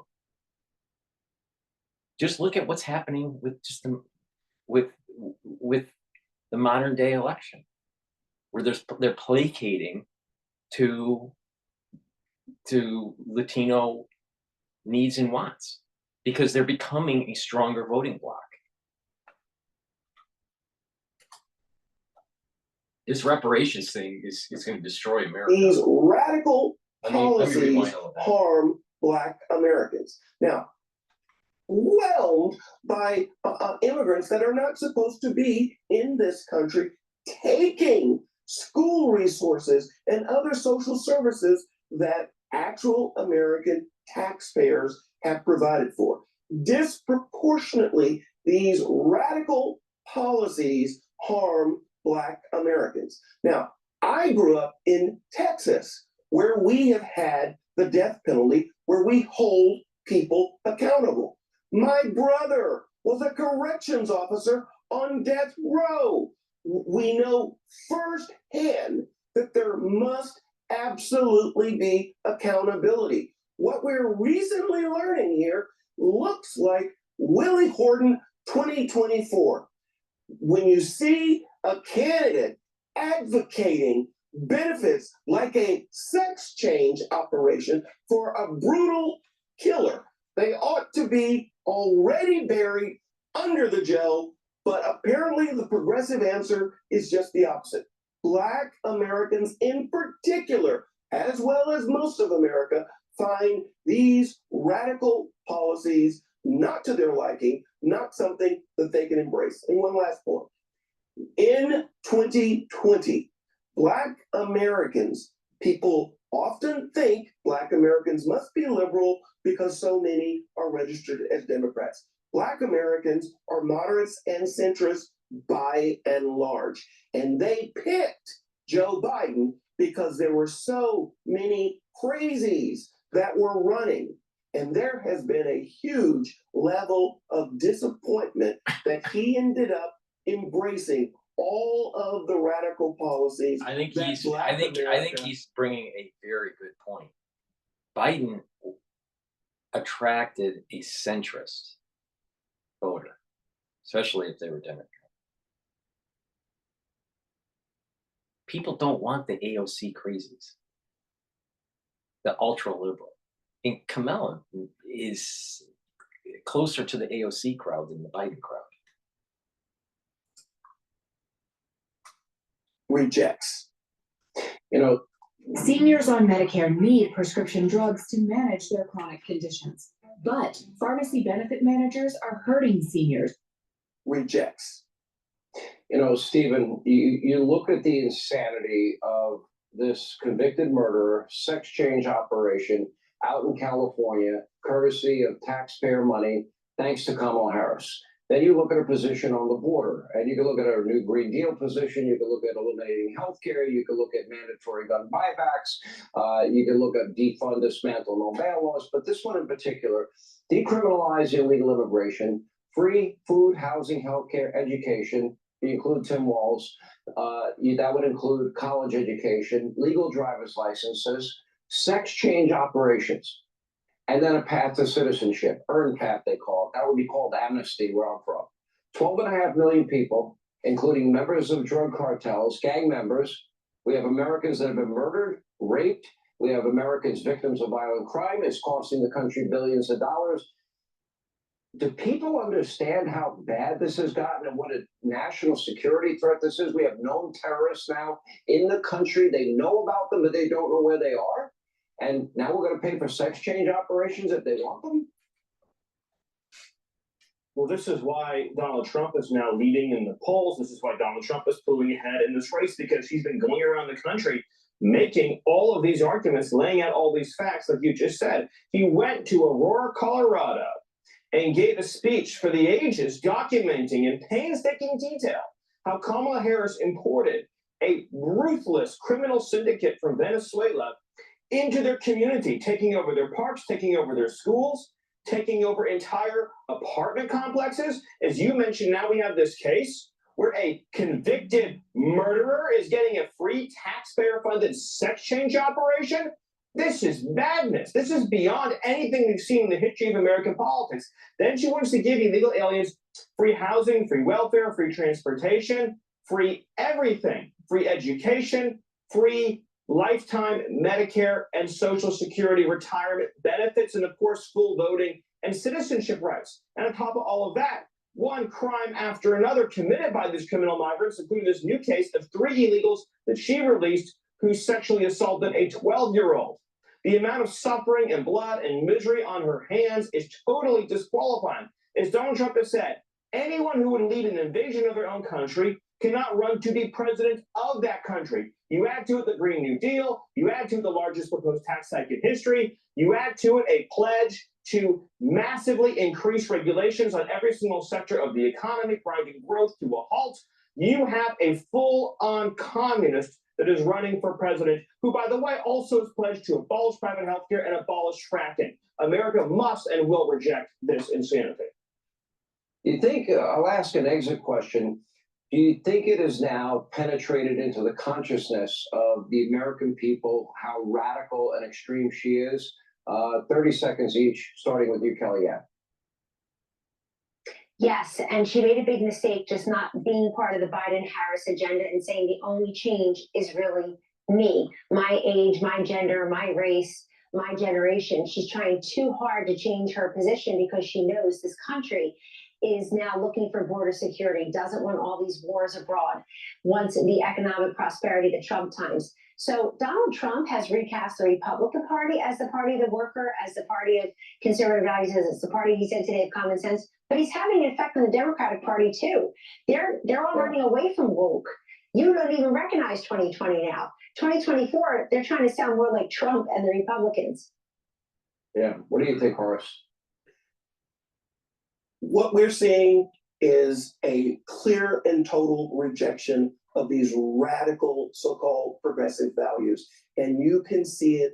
I believe Black Americans are the canary in the coal mine. We're going to see the single largest in my lifetime rejection by Black Americans of a party that they've been affiliated with for my entire life. Wow. And it's precisely because these policies are so far out of the mainstream. Last word, Steve Miller. Yes, this is finally sinking in with the American people. It's why you're seeing so much movement in the polls, because President Trump's been out there every day in his podcasts, in his TV interviews, in his radio interviews, and in his speeches, documenting all of these terrifying facts about her record. And that is why I believe you are going to see not just a record number of Black Americans that are going to be supporting Donald Trump, record minority support, and you're also going to see, as Kellyanne said, you're going to see massive victories across all the battlegrounds on election days. All right, we appreciate you all. Stephen, thank you. Kellyanne, thank you. I want to go to CNN. Sean Hannity here. I want to go to CNN about this Hello, record everyone. turnout. My name is Adam Ferrari. And there's a record turnout for early voting in Georgia and what that means. So, but before we do that, please go to my store, the-studio-reykjavik.com, and get the resveratrol. This helps to get rid of senescence cells. It's a antioxidant and it's synergistic with C60. Please take this every day. I've been taking resveratrol for decades. Please go to my store, the-studio-reykjavik.com. This is part of my anti-aging protocol. Vitamin C, very important for your immune system. In addition, it helps with your skin. Take it every day. If you're not feeling well because of the cold season, take a double dose. In addition, make sure you drink it with filtered water. And lastly, omega-3, very important to improve your cardiovascular health. What omega-3 does is brings down LDL levels, increases your HDL levels, so it's improving your cholesterol, and it prevents red cells from sticking too much. So omega-3 can help prevent clotting, overclotting. It's synergistic with nattokinase. So please go to my store, the-studio-reykjavik.com, and get the omega-3. Omega-3 is also synergistic with olive leaf extract that I sell. So please get the supplements, improve your health. Follow what I'm saying to improve your endocrine system, improve your cardiovascular system, improve your immune system, slow down the aging process, get more energy, maintain muscle mass, increase your muscle mass, maintain and improve your neurocircuitry. Please go to my store and get the supplements.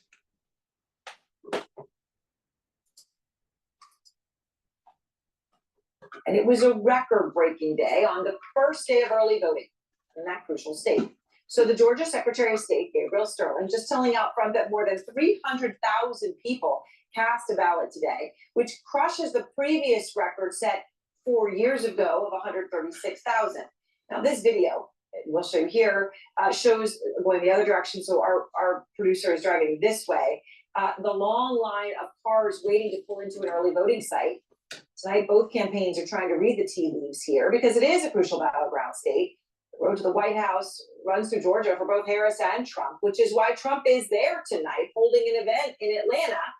Harris is going on Saturday for a rally. One of her top surrogates has already been there, former President Bill Clinton this week.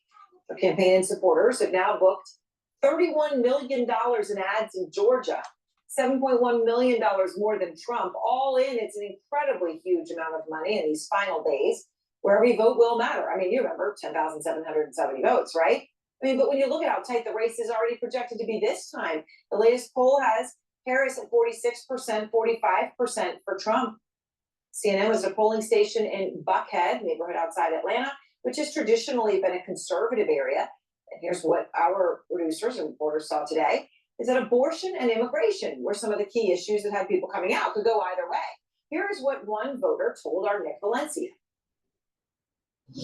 So when I hear on the news all the talk about immigrants doing this and that and all of the... So the very first issue that they start to dive into on what voters are thinking about is abortion. See what I'm pointing, what I said? You have the mainstream media pushing Harris. Democratic Party wants blacks to make sure they vote in a block, stay on the plantation and vote for Democrat.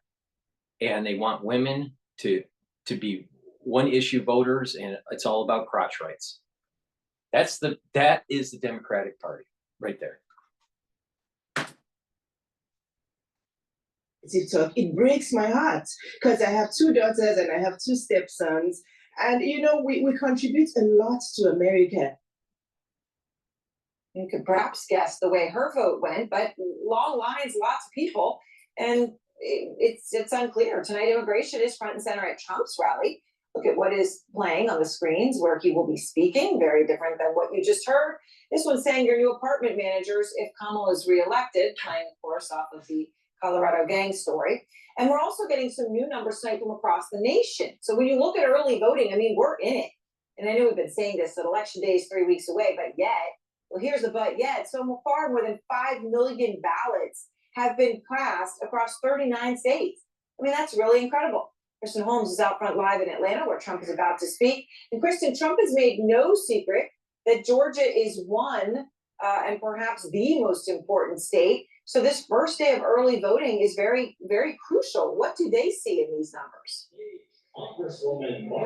Yeah, look, they're watching this very carefully. But Aaron, I gotta tell you, what's been so interesting being here today. We know what Donald Trump has said about early voting. He has said repeatedly that people should vote on a Election Day, that there should be paper ballots, while still trying to perpetuate this messaging at the same time that Republicans have said about how critical early voting is. Here, it is very apparent how critical early voting is. Every single speaker has talked about the fact that early voting is happening today. They have implored the people in the audience, if you have not gotten out today, show up tomorrow. You need people to show up and vote. Now, the other interesting thing, spent about the last 30 minutes in the lobby here talking to people. So many people wearing early voting stickers. I asked people, did you do this in 2020? And they said no, and they didn't believe in it in 2020. Interesting change, obviously, between then. And we just heard this behind me. The speaker who just took the stage said that she just cast her ballot for Donald J. Trump. There is such an emphasis on this early voting now, the Republicans, and that is something that behind the scenes, behind Donald Trump's rhetoric, we know has been going on. We know that Republicans have been having a ground campaign in all of these various states to get people to show up and to cast their ballot. That is something that is very clear tonight, very interesting to see because it feels like a real difference between at least talking to the people who are here today who said they early voted than 2020. Yes, certainly so. And obviously, a shift. There was more mail-in voting then, but people taking this very seriously. And as you say, at a Trump rally, 4 years ago, he said he didn't trust it. That could be very significant. Well, Kristen, thank you very much. She's at that Trump rally in Atlanta. I want to go to David Axelrod out front now. So, David, when you look at this, record smashed, and maybe some people who would have cast mail-in 4 years ago now are choosing to vote early. No matter how you look at it, though, these are huge numbers. These are big numbers. These are people turning out. These were lines. And you heard Kristen say how the Trump campaign says that they think this could be good for them, but you see it as a good sign for Harris. Well, yeah, I think, look, you have to analyze where the turnout is. If it's uniform across the state, it means one thing. If it's concentrated in the Atlanta area, probably another. But generally, even with this new emphasis on early voting, Trump had so conditioned Republican voters to vote on election day that they're trying to rip out the wiring now and get them to behave differently. So I think there will be a greater participation of Republicans in early voting, but the degree of it, I don't know. And you'd have to assume, without the more in-depth analysis, that this is more encouraging to Democrats than to Republicans. So when you look at the numbers, more than 300,000 ballots cast today, and Gabe Sterling saying that's a record. It's more than double what you saw last time around. It's astounding in terms of the increase. So you heard what Kristen was just reporting from people she saw at that Trump rally. They said, well, they voted this time. They didn't believe in it before, referring to 2020 because of what he said, but now they feel differently. But what do you see in these numbers? I suppose whichever way they go. When you talk about democracy being on the line, as so many people feel, what do you see when you see lines like this? Well, listen, especially because there's been all kinds of barriers discussed, set up, talked about in Georgia, and so to me, this is a statement on the part of people across the state that, hey, we're coming, we're going to vote. We're not going to be discouraged. And that I think is great. Look, I want everybody to vote in an election. I think this is a sacred process that distinguishes democracies from dictatorships. And this is the way we grab the wheel of history and turn it in the direction we think is right. So I'm happy to see people come out. One thing I want to note about this, Aaron, though, a lot of the people who you saw today are people who voted last time. Some of them may have voted early. Some of them may have voted on election day. What is going to be interesting is were there people who voted today who didn't vote at all last time, and what motivated them to vote, and what is their persuasion in this race? So there is a possibility that these Republican voters are coming out early, where people who would have come out anyway, and the same with Democrats, and we just don't know. But I'd say it's mildly encouraging for Democrats, and certainly it's encouraging for democracy that a record is being broken, and it suggests, we'll see whether it has auguries for the turnout in the fall, but it looks like we're headed for another big election. Yeah, well, and there's something to be said. You see those lines in the car. People waiting in the car, and then inside in the convention center. I don't know. I see that. since it gives you goosebumps. It's amazing. People are choosing agree. to do this and choosing to wait on a day when they don't have to. There's a lot of other days they could still have, and not putting it off and doing it. And that is what makes America great.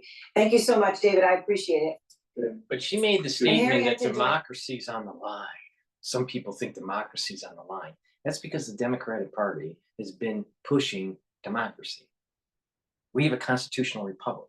And through a constitutional republic, we have representatives. And we have a constitution that protects the rights and property of the individual.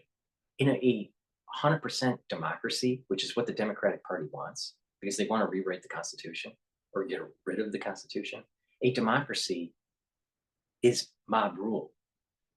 And your rights are not protected, and your property is not protected by the Constitution. That's what a democracy is, not a constitutional republic. We have a constitutional republic. Your rights and your property are protected because of the Constitution, not because of mob rule, majority rule.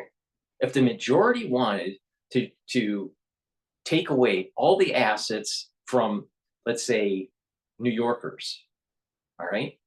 Let's say there was a vote and they said, all the buildings ownership is going to be transferred and divvied up to every, a percentage of the ownership will be divided up and given to everybody in the country. Let's say, people voted and there were 60% of the population that decided that that's what they want. In a democracy, the ones that own the building would have no recourse and they would lose ownership. But through a constitutional republic, your ownership is protected under the rule of law. This is the problem with the Democratic Party, because if you take it to its full extreme, you will lose rights that are guaranteed in the Constitution. So it's not democracy is, that democracy is going to be, falling at the wayside if the Republican Party gets into office. It's quite the opposite. The Democratic Party wants to get rid of the Constitution. The Democratic Party wants to rewrite it. They want mob rule. Hence, get rid of the Electoral College, because getting rid of the Electoral College is one step closer to mob rule. Getting rid of the Constitution or rewriting it is another step towards mob rule. Now, through mob rule, you're going to get a one-party system. Through mob rule, you're going to get extreme socialism. And then just look at the names. Just look at the name. It tells you a lot about the soul of the party. Republican Party, Democratic Party. A Republican ethos is representative government with the support of the Constitution protecting your civil liberties and your property rights. The Democratic Party doesn't represent that. They represent what does the majority want. And that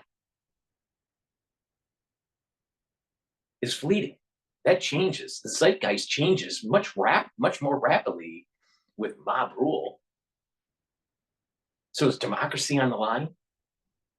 From the perspective of the Republican Party, democracy is on the line if a Democrat gets into office and they want to rewrite the Constitution and turn it into mob rule. From the Democratic perspective, democracy is on the line because if a Republican gets into office, the Democrats can't push their fucking agenda.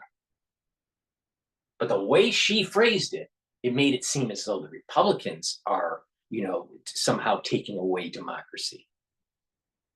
In a way, the Republicans is preserving our constitutional republic. Fucking hate, I'll tell you, these people just. And she obviously is a never Trumper too. And she started her career in the finance news on CNBC. And she can't see that Trump's economic policy is far better than Harris's economic policy. She's a never Trumper. That's what it is.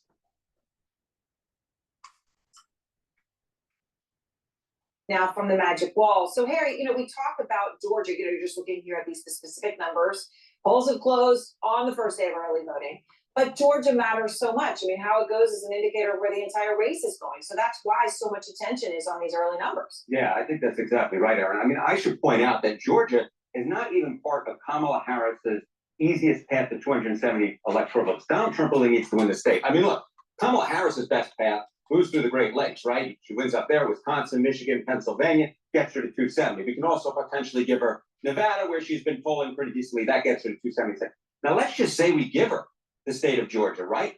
That gets her to 292. This gives her a major margin for error because she could lose in Pennsylvania and she would still get 273 electoral votes. Let's say we give that back to her. She could lose in Michigan. Again, she's north of 270 electoral votes. Let's say we give that back to her. She could lose in Wisconsin, and she still gets over 270 electoral votes, Aaron. So the bottom line is this. Georgia is so pivotal to Donald Trump's path to 270. If Kamala Harris can win there, it throws his entire path off. It gives her a much larger room for error. Yeah, I mean, it becomes not impossible, but incredibly difficult for him to win without it.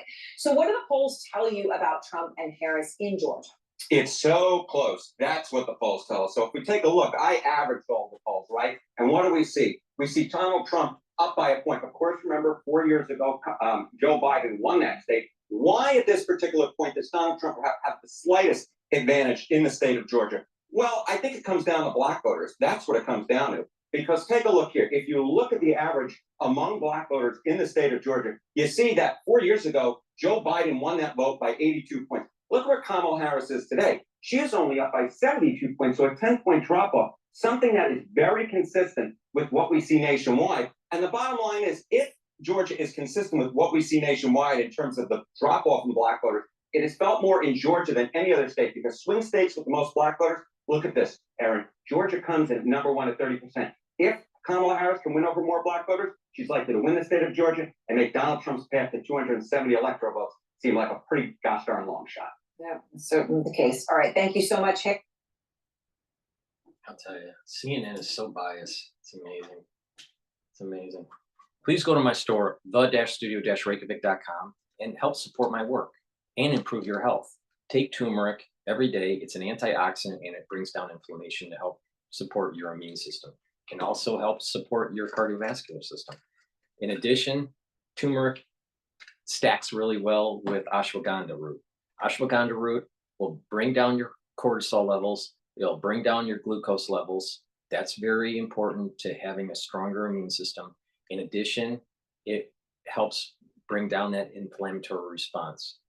By controlling your glucose levels, controlling your cortisol levels, you're more in a parasympathetic mode. When you're in a parasympathetic mode, your body's healing and it's resting, and your immune system can be boosted up. In addition, by taking these together, you can, by bringing down that inflammatory response and controlling your blood glucose levels, you're also helping with your cardiovascular health. So please go to my store, the-studio-reykjavik.com, and get the turmeric and the ashwagandha, stack them together. These are great supplements. So if you want to improve your cardiovascular health, and you want to improve your immune system, and you want to slow down the aging process, you get a lot out of taking these supplements every day. It's important, especially since the aftershock of 2020, to improve your immune system. Lignans is a powder that you should be taking every day. And lignans, you mix with food or with water, filtered water. How I do is I just mix it with hummus. But take lignans every day as a powder. You get a little scooper and you mix it with your food. Take it every day. It is an antioxidant and it'll bring down inflammation. All right. By doing that, you're going to improve your immune system. It also helps with your hormonal health for males and females. This is a very important product to take in the post-2020 aftershock. Really important to boost up your immune system. Take my advice, bring down that inflammatory response, soak up those free radicals. If you notice there's there's, a theme: neutralize pathogens, bring down inflammation, soak up free radicals. Take the lignans every day. All right, what's going on with, let's see.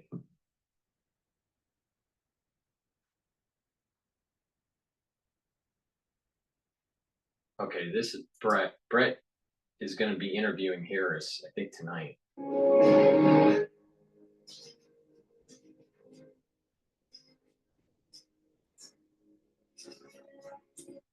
Meanwhile, in Pennsylvania, that's where special report anchor and executive editor Brett Baer is going to interview the current vice president. And Brett joins us right now live. Hey, Brett. Hey, Brett. Good Morning. So, Brett, we're doing okay. We're wondering, so we're all going to be tubeside to watch tonight because you're going to run the whole interview in its entirety. Why do you think she finally decided to come on Fox? Because she's avoided it. Joe Biden doesn't talk on Fox unless Peter Doocy's asking questions. Is it to get our vast audience of undecided viewers, independents? Why is she sitting down with you? Yeah, listen, I think that there's a combination of issues. I think that a lot of it is about a changing map. And we've seen that develop over recent days. And swing states are tight or even trending towards the former president. I think that there is an outreach, especially for men, maybe Nikki Haley voters. You guys talked about it before, maybe suburban white voters. She is doing an event outside Philadelphia with disaffected Republicans who are now coming to her side. So I think she's trying to reach out to that audience. Obviously, I've been talking to the campaign for a long time, trying to do an interview, trying to do a debate, trying to do a town hall, and this is what they chose today. So, Brett, you have an interesting style. You do a lot of research for your interviews. You bring up past statements. You're firm, but you're not hostile. But this has been a long time coming, and there's a lot of content to cover with the vice president. And so, with this moment, do you handle this interview differently? Or is it the same Brett Baer? Well, it's roughly the same Brett Baer. It's a little bit different because there's just so much territory. They've given us 25, 30 minutes. Again, we are doing it at 5 o'clock. That's the time they gave us. We're going to tape it as live, no editing. We're going to go run right through, and then we're going to turn the tape around at the top of the 6 and run it just as we did it. But to get all of the topics in that time, it is like, a process of throwing different priorities away as you're looking at all the questions you could possibly ask. But it's the same process I always go through, and tough but fair is what we're looking for, and I think that's what you'll see. Well, Brett, congratulations. It's a huge get. It's the first time in 8 years that Democratic presidential nominee has sat down on it for a formal interview on Fox News. So we'll all be watching. This election, have you ever seen anything like it? I mean, it is so close. Every single poll has them neck and neck. So for the people watching, their vote could be the deciding factor. We're talking decades that the election, Ainsley, has not moved outside of 1 or 2 points either way. I mean, at some point in the past 3, 4 election cycles, you've had one candidate go up 5, go up 9, even 10. This hasn't happened. It's been right there in the middle, and the swing states are even tighter. So if these polls are anywhere near accurate, this is the tightest race we've ever seen. So any little thing, another shoe that drops that affects some small population of voters could have an effect in any one of these swing states. I know you were listening to the interview yesterday on iHeart with Charlamagne the God, and just to see, pick a couple of things up. He asked her directly about the criticism that she doesn't veer off talking points. Listen. What do you say to people who say you stay on the talking points? She doesn't stay on the talking points. I would say you're welcome. That's I mean, total listen, BS. here's the thing. I love having conversations, which is why I'm so happy to be with you this afternoon. And the reality is You ask her details about her policy or the flip-flopping, and she just goes in circles and do it. She's not that smart. there are certain things that must be repeated to ensure that I have everyone know what I stand for and the issues that I think are at stake in this election. Mm-hmm. And so it requires repetition. You know, some people say that until someone has heard the same thing at least 3 times, it just doesn't stay with you. Your thoughts about her talking points and how that's going to affect your exchange. Well, listen, it depends on the politician, but if that's her take and it's going to be 3 times, obviously there'll be a redirect and a trying to get to the answer to the question.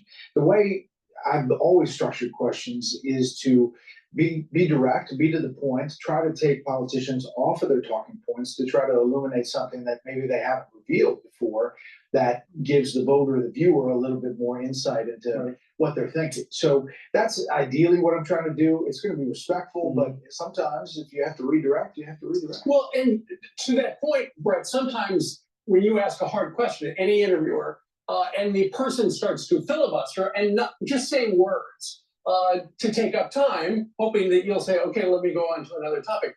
If it's something important, then what is the meter in your head? How many seconds are you going to let this person talk about nothing in particular before you say, okay, I get what you're trying to do, but I just asked you this. Yeah, that's a game time decision. You kind of have to feel it out. But, you know, when you ask a question again and redirect again, you get to 3 times, I think the viewers kind of know that the answer's not coming and you move on. So, Brett, I'm curious. We're less than 3 weeks away from the election. You've been across the country. You've done town halls. You've talked with, after today, both candidates. What do you think is the most pressing issue? I mean, we say the economy all the time, and we hear that from voters. But what do you think is going to be the issue that decides this election? You know, that's a fascinating question. I've seen some things that have moved the needle that are about immigration. There's some places that, some states that really think that that is a big issue, almost as big as the economy. But every election comes down to how people feel, both safety and security, and how they feel economically when they're doing a budget on the back of an envelope on the kitchen table. And so those are the bread and butter issues usually. By the way, we have formally invited former President Trump to do the same format, the 30 minutes uninterrupted before the election. We hope he takes us up on that. Hey, Brett, which states are you looking at the most? Because there are some toss-ups. The Fox Power Rankings chart has the presidential forecast like this: 226 for Harris, 219 for Trump, but there are 93 toss-ups. What states are the most important? We keep hearing Michigan, Pennsylvania. Do you agree with that? I totally agree with that. I think Pennsylvania is the ground zero, and you know that's why they keep on going back to Pennsylvania. I do think Michigan has changed. I think the outlier here is Wisconsin, that the former president has moved up in, and you look at that Senate race, that has closed and is essentially tied in the latest polls. As you look at all those yellow states there, those are the toss-ups, and Michigan has moved back from likely or leaned down to toss-up. I think that those Rust Belt states are the ones to watch. I know you said Lawrence had a good question. I'm not challenged to be the best question, and we could discuss it later off the air. This is going to be the toughest thing, I think. Because I listened to the whole thing yesterday. She keeps on bringing up the president's calling for a bloodbath if he loses, dictator for a day, the Charlottesville situation, and a separate putting kids in cages.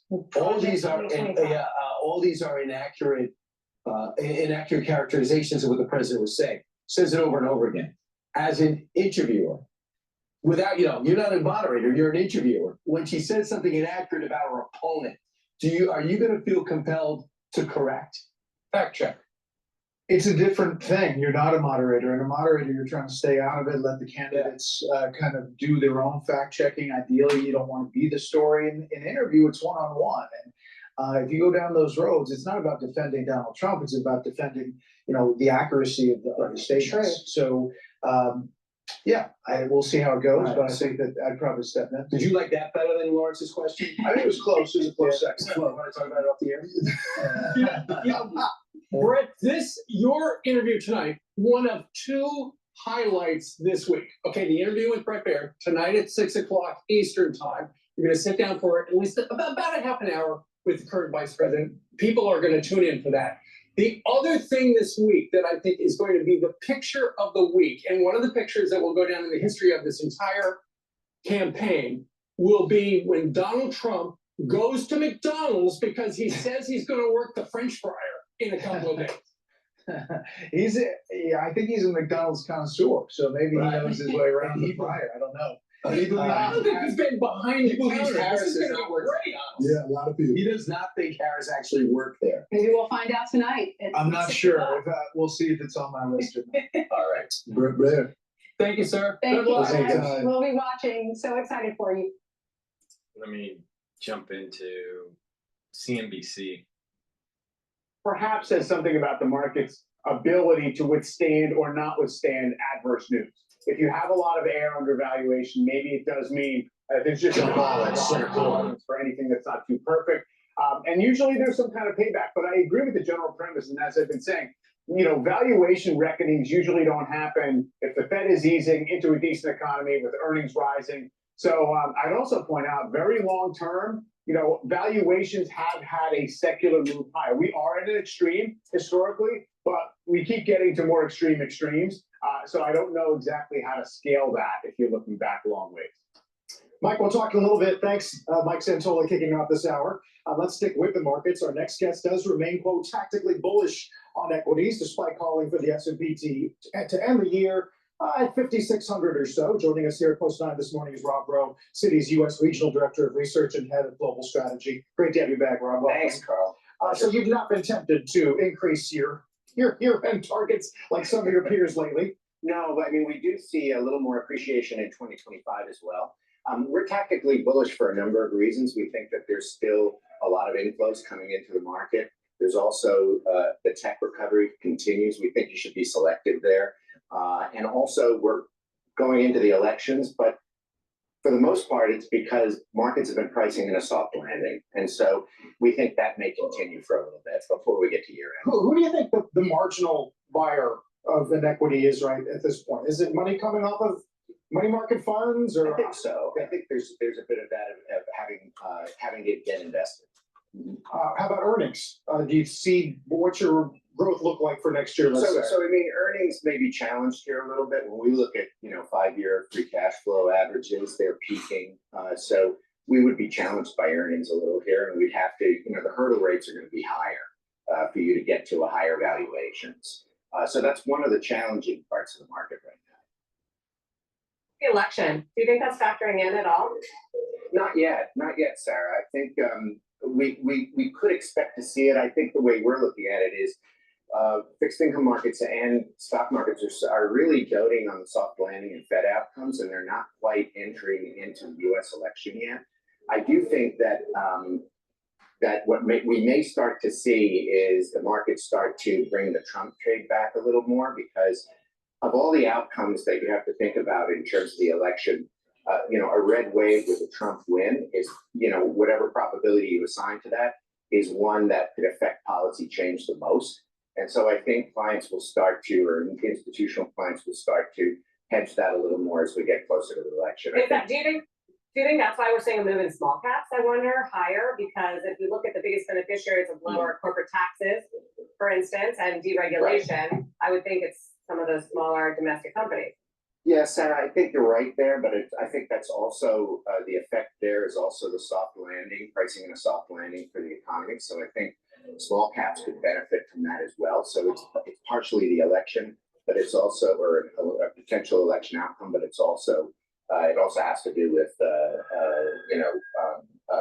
the soft landing as well, if it happens. You mentioned tech, and I know you've been overweight semis, for example. Did this news this week about ASML and worries about new plants and upgrades ex-AI do anything to change that house view? The house view on AI, I think, we still feel that AI has legs. And as you know, last time I was here, I was big on the digital transformation of the economy, and we're seeing it, especially with the demand for nuclear energy and power grid. I think we have to be selective here. We like semis still here, as a recovery play, but we're kind of underweight on software. So, we have to play that. We would even be more selective with the Mag 7. And then we're looking at this table here of your view on crude, where, man, the polarity between 50 and 100 and all the good arguments you can put together to argue for both at this moment. What we did there is we upped our bull case to $125 a barrel in the event that geopolitical issues really get out of hand. And even though Israel said they wouldn't be striking any of the oil areas, there's no telling how that could play out. We're actually bearish. So our year-end target is $74 on Brent. So oil just went barrel, below and then 70. It goes to 65 next year. I think we're really pretty much in consensus with that. Maybe we're a little more bearish, but we did have to up our bull case scenario in case of geopolitical. Where it's very difficult to So we read. kind of would avoid it too. All right.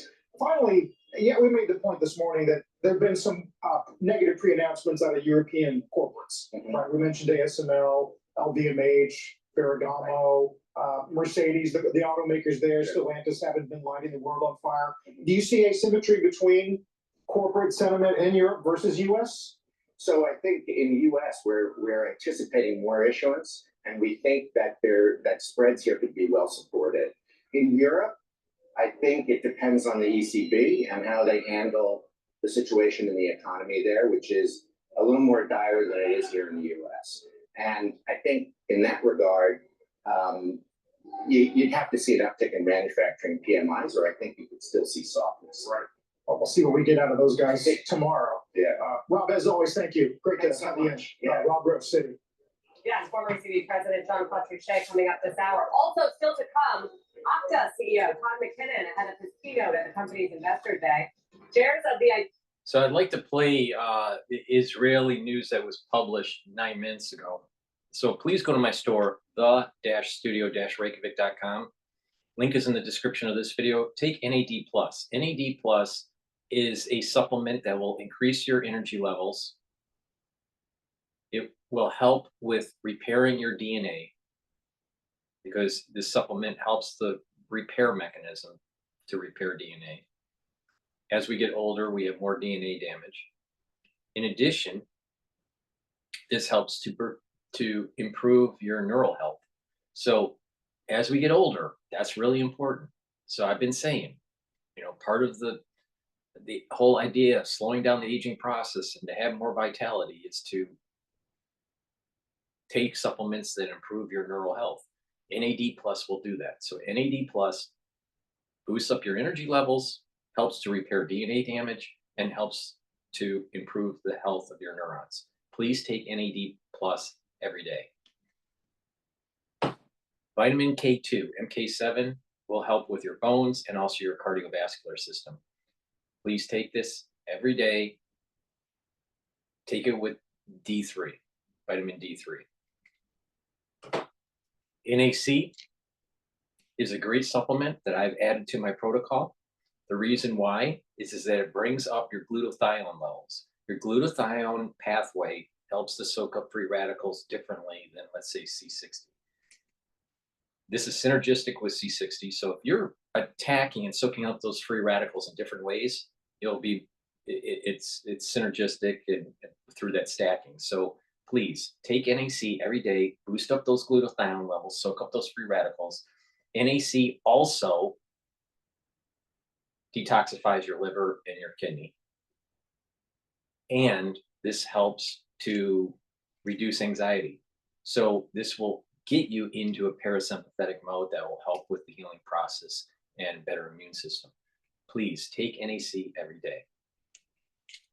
All right, let's play what was published by TV7 Israel News.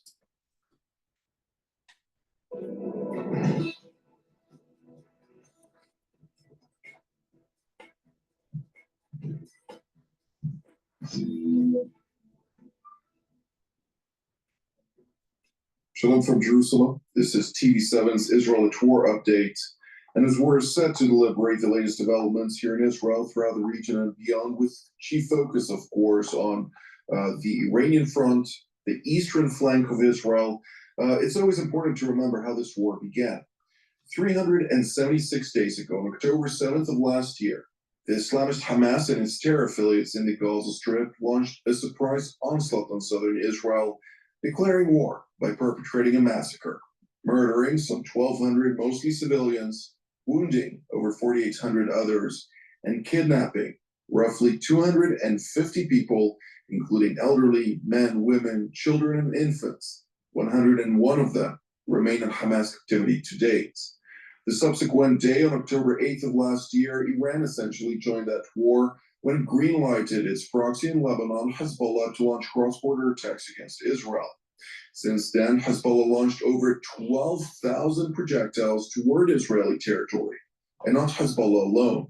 Additional Iranian proxies from Syria, as well as Iraq, as well as Yemen, have launched direct attacks against Israel, as well as Iran proper, which for the second time on October the 1st has launched a direct attack on Israel with 181 ballistic missiles fired towards Israeli territory. Let's now turn to Washington, D.C., where we're joined by retired Brigadier General Mark Emmett, formerly an Assistant Secretary of State for Political Military Affairs in the United States. It's always a pleasure to have you here, General Emmett. It's a pleasure indeed. I'd like to ask you particularly on the visit earlier today by the Iranian Foreign Minister Abbas Araghchi in Jordan, Amman, with his Jordanian counterpart Ayman Safadi, during the course of which they discussed, of course, the anticipated Israeli retaliatory strike against Iran, which may occur at any given moment.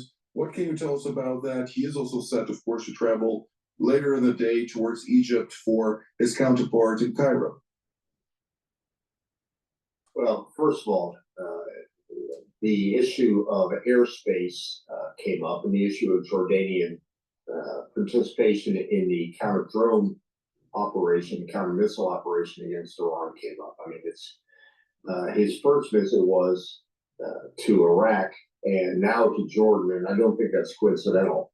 I think what they're trying to make sure is that Israel does not have an opportunity to use Jordanian airspace or get Jordanian assets to participate in a direct attack against Iran.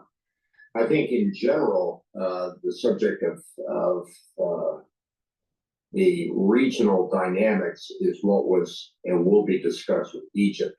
I think this is a charm offensive going on by the Iranians that are trying to characterize themselves as peaceful neighbors, that this is all being provoked by Israel. I think they're doing their absolute best as well to start the old anti-Semitic view of the region and trying to turn the clock back to 1948.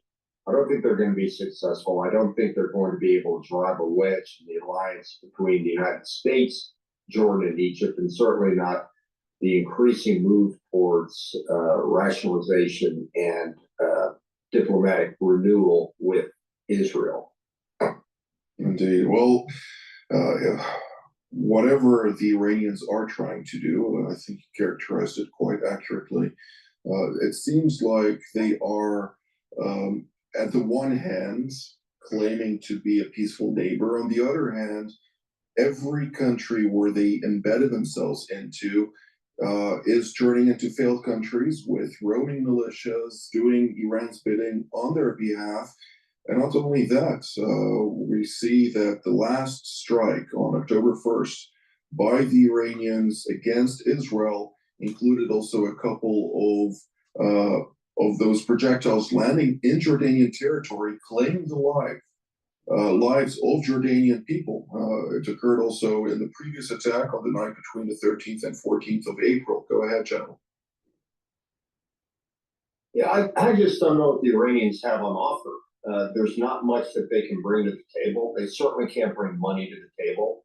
They certainly can't bring a long cultural alliance with these countries to the table.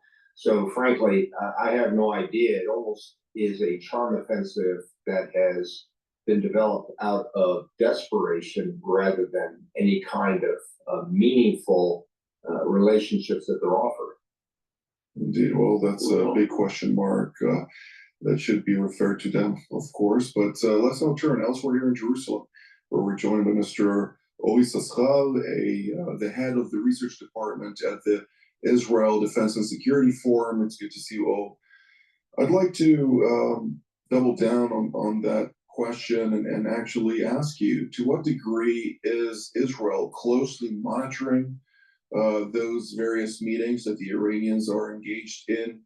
And what can we learn from this tour, namely, and started, of course, in Lebanon, then it continued to Syria, as General Kim also mentioned, Iraq, Saudi Arabia, Qatar, now Jordan, and soon also Egypt.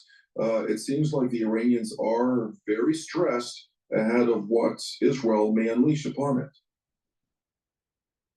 Absolutely, you can smell and witness the sweat from the Iranian regime over the course of these days, because they're witnessing their regional assets being decimated one after the other, which leaves them ever more vulnerable for a potential attack.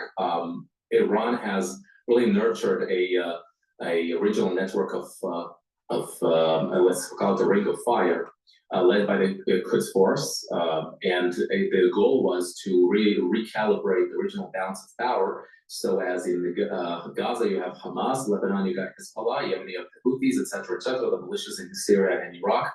And then one by one, Israel is hitting them very hard to the point where they become irrelevant, really, on the battlefield. And so if I were the regime in Tehran, I would monitor closely what my plans are for a possible future clash with Israel. The only hope they may have is, of course, the upcoming U.S. election. Israel's calculations are very much likely to be affected by it. But absolutely, I mean, we saw even the late foreign minister, Abdullahian, going in between the Arab capitals in the region, offering them Iranian support over the first few months of the war, defending really the Hamas cause over the podium of the United Nations, and visiting Nasrallah in his bunker. We saw the previous one, Zarif, really with his charm offensive, really sealing the JCPOA, the Iran nuclear deal, by attempting to fool the European Union and the West with really empty promises. And so the Iran is clinging on, really, its future is hanging by a thread, and it's beginning to run out of funds for all these adventures around the region. I would monitor closely the way Iran handles its oil exports, and probably a good place to start would be to moderate the Chinese influence in the Iranian market, buying literally practically 100% of Iran's oil exports. All these things really play into the calculations of the Iranian regime right now. Well, I think it's not only China, also India is a big market that is very keen on Iranian oil for obvious cheap oil. To be able to exploit that situation is something that many countries would like to do. But in any event, when we're looking at the various countries in the region, General Kim, what can we hear from the various leaders, both in countries such as Jordan and Egypt, as well as Saudi Arabia, which are not necessarily friendly to Iran? Of course, publicly they'll voice their respects, but behind the scenes they are clearly adversaries. While on the other hand, you have countries like Iraq, which are between, as you mentioned also in yesterday's update, the rock and the hard place. Sudani is very keen on maintaining his country's sovereignty and territorial integrity. Nevertheless, he is faced with deepening challenges, also with an increase of Iranian influence over the country. Well, first of all, in the remainder of the region outside of Iraq, I think the silence is deafening. The fact remains that most of the countries don't want to stir up their streets by trying to take a hard position one way or the other against the cause of inside of Gaza and elsewhere. Quietly, of course, they're rooting on what's happening with the terrorist groups and with Iran. But they are also pretty much hunkered down, waiting for the anticipated Israeli attack. Don't seem to want to speak out either pro or for the attack. So I think at this point, like we've seen so many years, when there are major issues in the region that don't directly affect themselves or their regimes, they keep their heads low and for the most part, their mouths shut. Indeed. Well, I'd like to actually follow up on the Iraqi front, since in January of 2021, we heard the RGC commander or the commander-in-chief, Hossein Salami, come out and declare that the core objective of Iran for the next 4 years during the Obama-Harris administration would be to oust the United States from Iraq. Now the United States and the Pentagon has announced an end to Operation Inherent Resolve, if I'm not mistaken, in Iraq proper. As somebody whose expertise are second to none with regard to Iraq, what can you tell us about that and clarify to us the various complexities in that equation, since it doesn't necessarily mean that the United States is moving out, is it? Yeah, first of all, I wouldn't consider myself an expert on Iraq. I just spent a lot of time there. There are a couple of things that came up with this agreement. I think it's important to understand that prior to 2014, we, the U.S., had a bilateral relationship with Iraq, a bilateral military relationship that had basically replaced the multinational mandate that we had in 2009. So between 2009 and 2014, there was a U.S. military presence, mostly in the advisory and the assistance capacity. And it was only until 2014 when ISIS was barreling down on Iraq and Baghdad that the Iraqis reached out to us to reverse the decision that had been made by Obama and said, please come back and help us with ISIS. Well, it's a natural consequence that 10 years later that there would be less of a need for a U.S. combat military presence inside of Iraq to fight ISIS, which is barely a terrorist group inside of Iraq, numbering in the low hundreds. What we have stayed there for, and a very, very small contingent of about 2,500 troops, is to fight ISIS in Syria.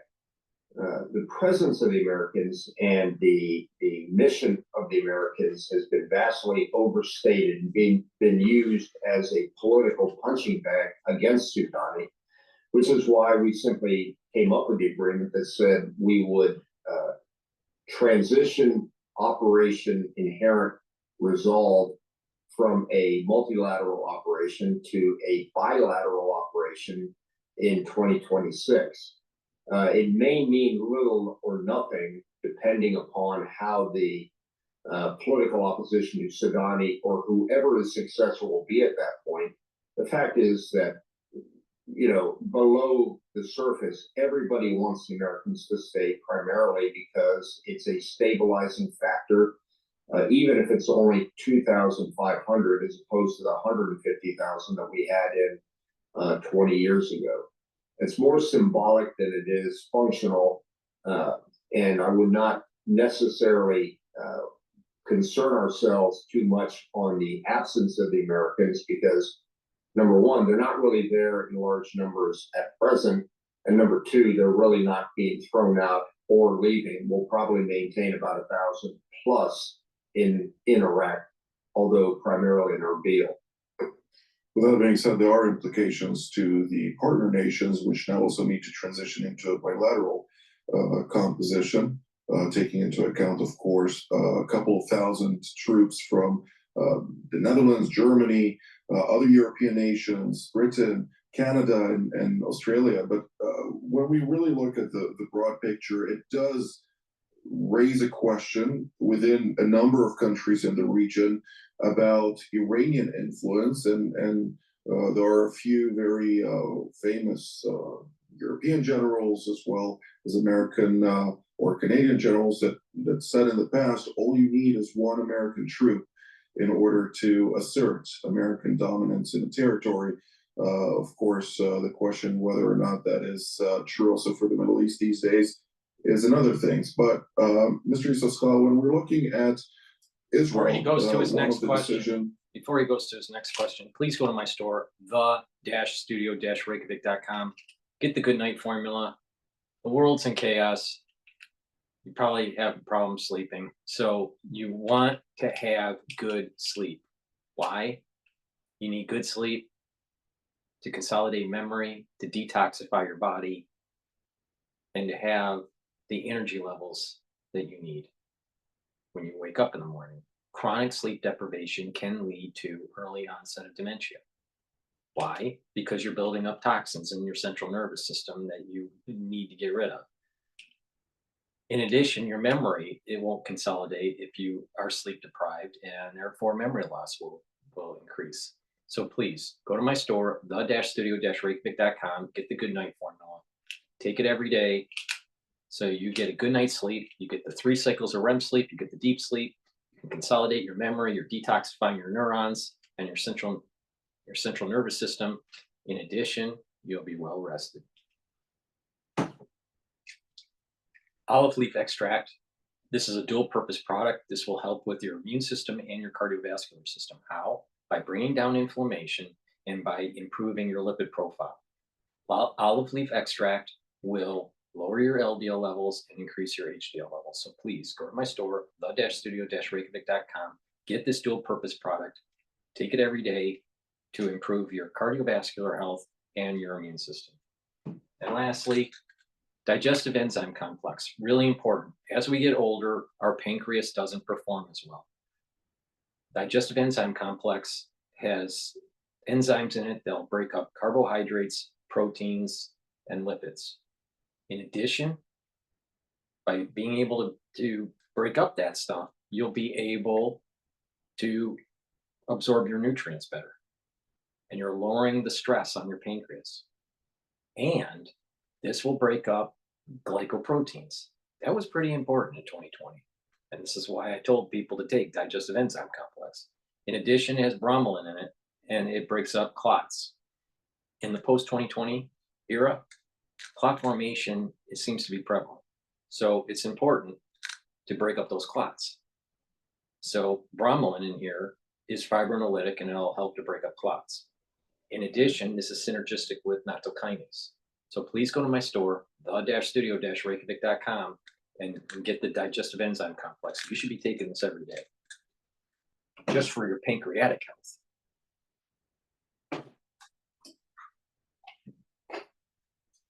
As a reaction to the announcement by the Pentagon, is to deploy one additional division on the eastern flank of Israel, namely the border with Jordan, raising the number of divisions on defensive posture there. Remember what I said.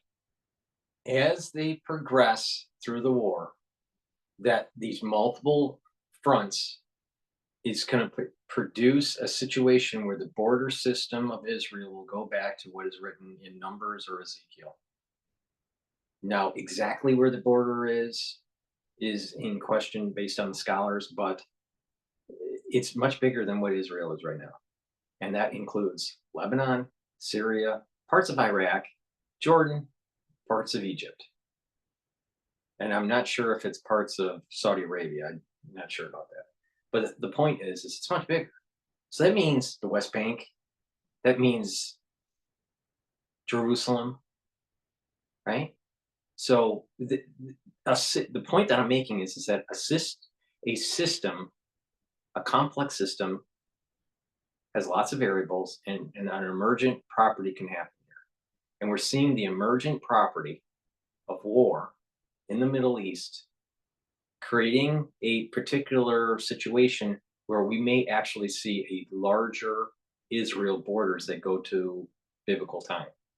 Now, it may mean that in the first stage, that the borders are much larger than what is circumscribed in the Bible. And that through negotiation, it gets down to the actual border system that's, say, in Numbers or Ezekiel. And it's not so sure, and I've said this with even John Hogue, it's not for sure that Israel wins. What is guaranteed is the borders will increase. Now, how that seems paradoxical. DrPaulCottrell, how could that be? If Israel loses, how does the borders get larger? Israel could lose, but it's so devastating that the whole region loses. And that Israel reconstitutes later in the near future. And the border system is much easier to snap to the Numbers or Ezekiel, circumscribed border system. So it could be that Israel prevails on the battlefield and the border system gets larger. Or Israel and all the other nations, maybe through nuclear war, or maybe through some other means, is so devastated that when there is a reconstitution of Israel, that the border system is based on the circumscribed borders that are in the Bible. We don't know. We don't know. It's possible that Israel loses, but I know this for a fact. The border system is going back to the biblical times. There's no doubt about that.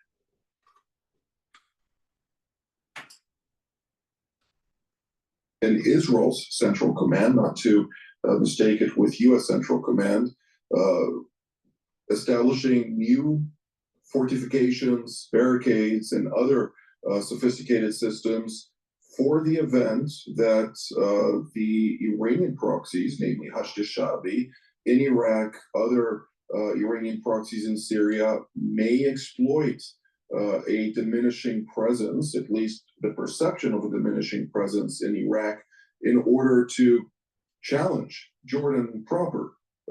What should we learn from such a move? Well, Iran has recognized that Jordan is an easy prey, and to judge by the success they managed to sway Sunni Hamas in Gaza and the Palestinian Islamic Jihad, also a Sunni group. This is the point that I'm making, that there's an emergent property that's starting to happen where it is not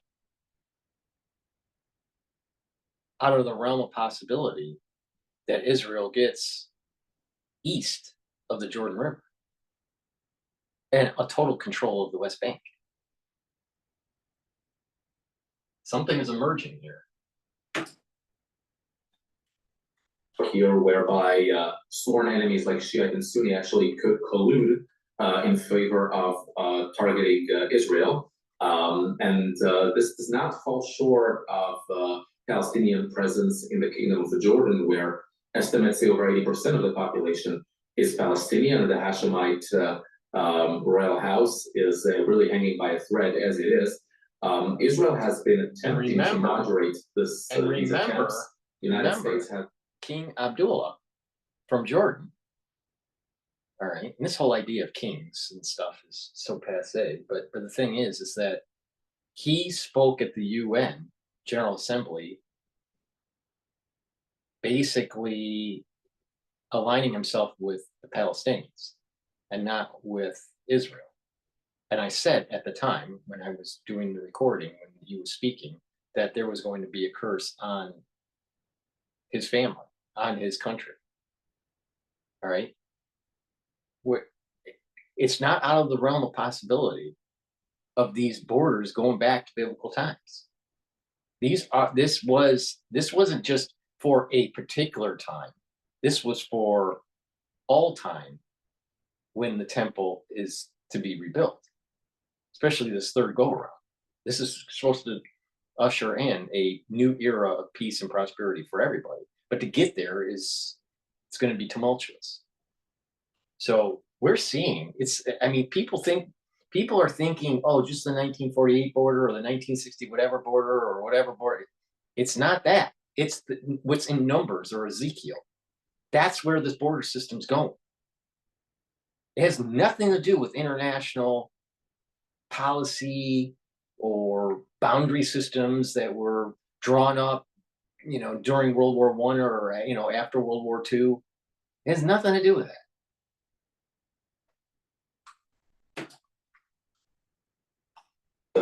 Really artificially equivalent compared or kept the Jordanian currency, the dinar, the exact same rate as the US dollar. Israel is transferring not only millions of gallons of water annually, but also ammunition, like to fight ISIS. The remaining Cobra helicopters were transferred to Jordan a handful of years ago. But all of this could be artificial had Jordan not taken steps to moderate Iranian influence, nor accept phone calls, for example, from former Iranian Foreign Minister Abdullahian, who called his Jordanian counterpart, really attempting to warm up relations between the countries, mulling a visit by Jordanian officials to Tehran one time. All these things really show us that Iran is interested to widen its scope. Jordan has Israel's longest border, 500 kilometers.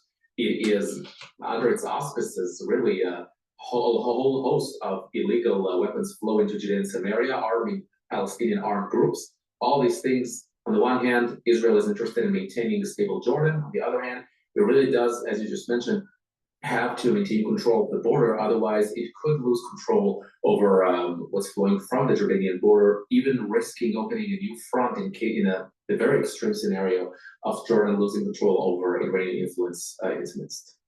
Thank you, Mr. Cottrell. General Kimmett, we're seeing it play out in real time what I predicted in early October of 2023.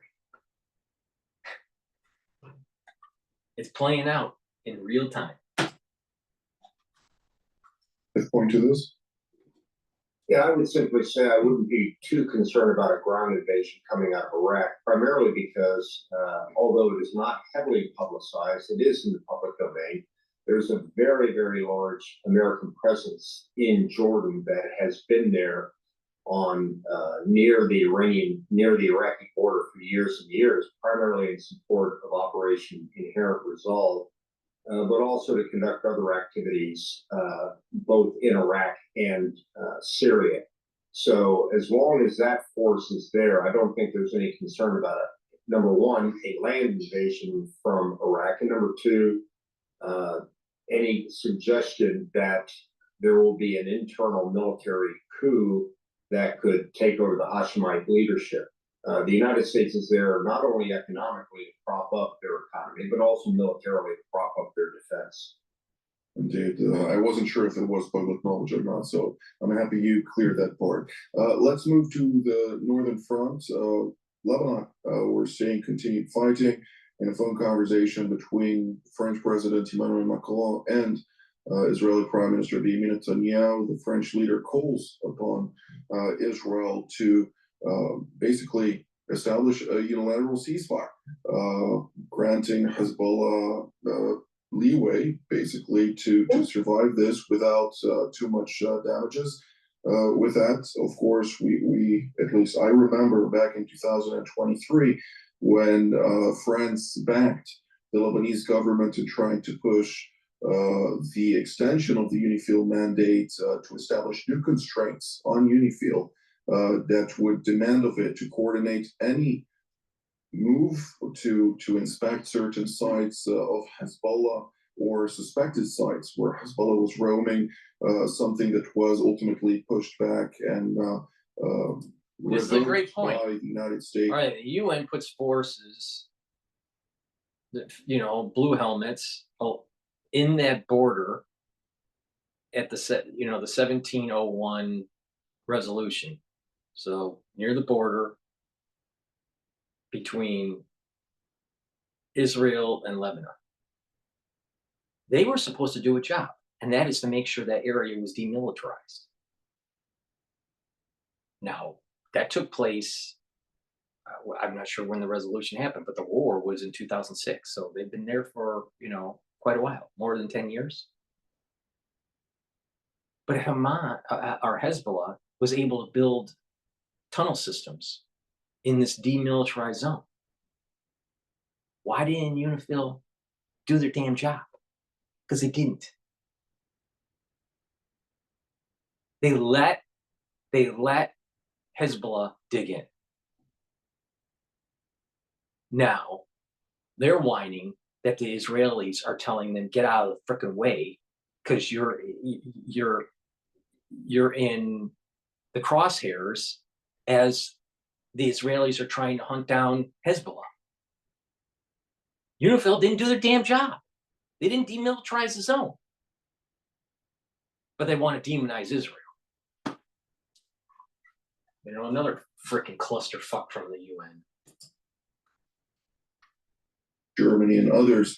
But I'd like to ask you, General Kimmett, if we start with this aspect, what are we to expect in Lebanon, since the complexities there are very old?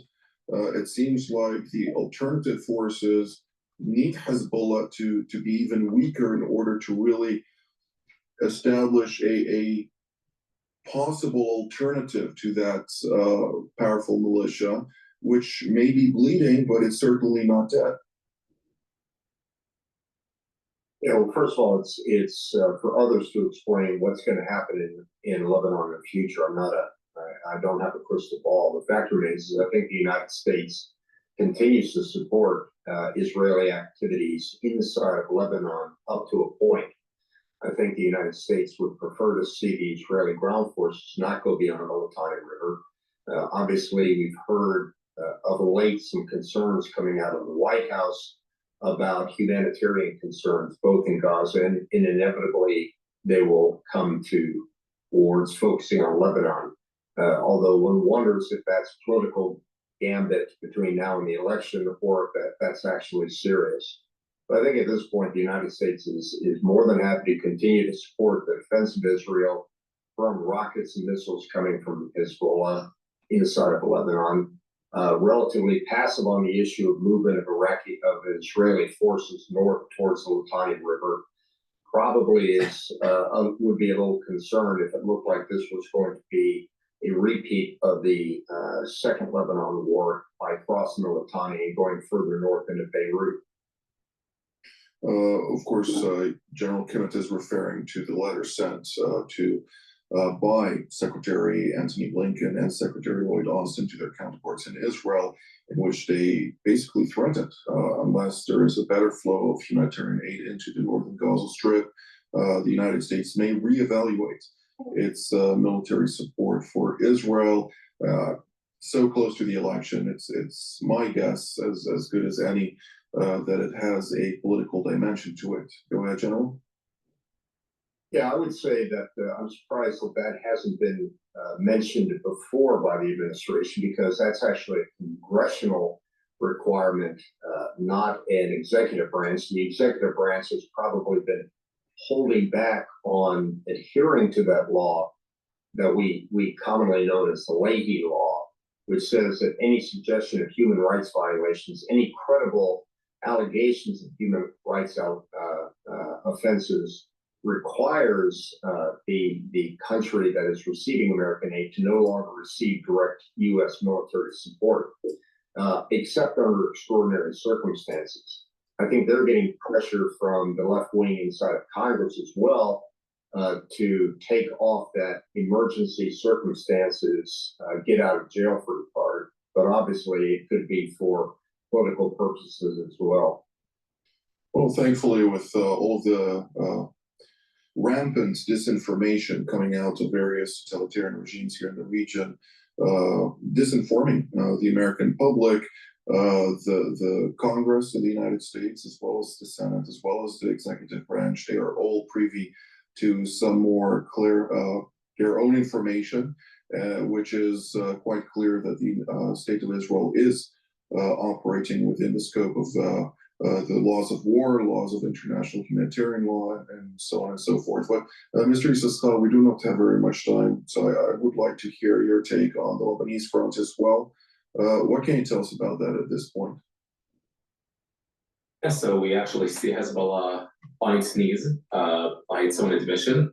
Naim Qassem, the senior Hezbollah official for deputy of Nasrallah, said they agreed to a ceasefire proposed by Nabi Berri, head of parliament, a ceasefire that they encouraged him to propose, but not from a position of weakness. Normally, if someone is not coming from a position of weakness, one doesn't have to say it. It just shows.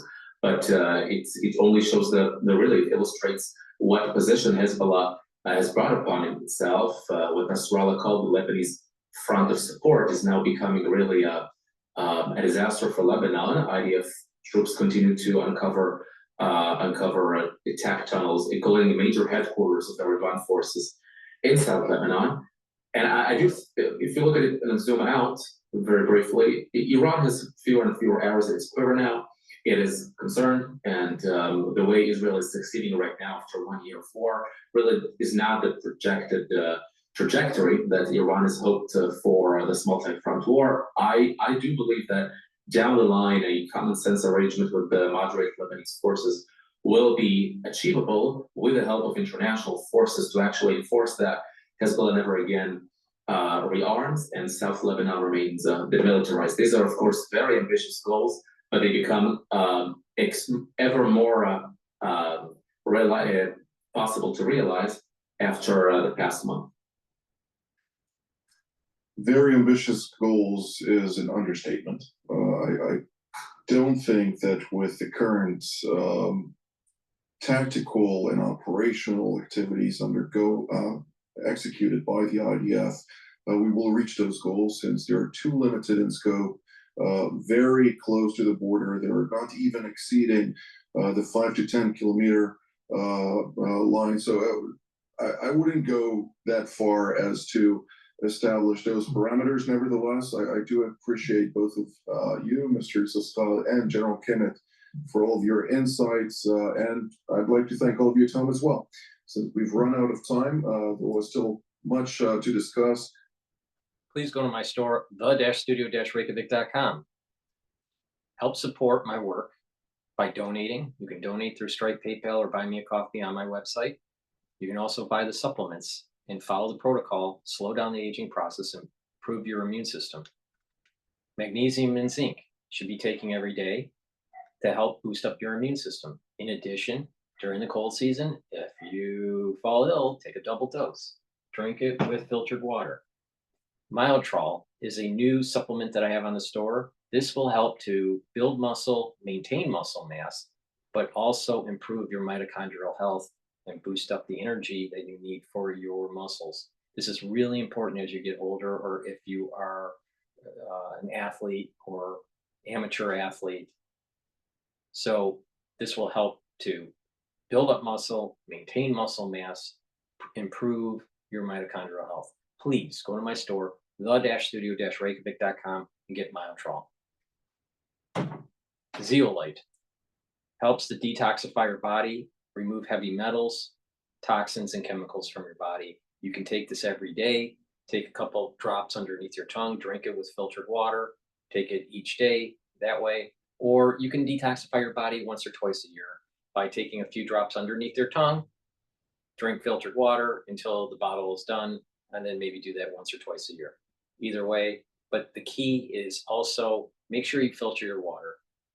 I use a 5-level filtration system called Zero Water, and also change your diet. Stop eating processed foods, stop eating packaged foods.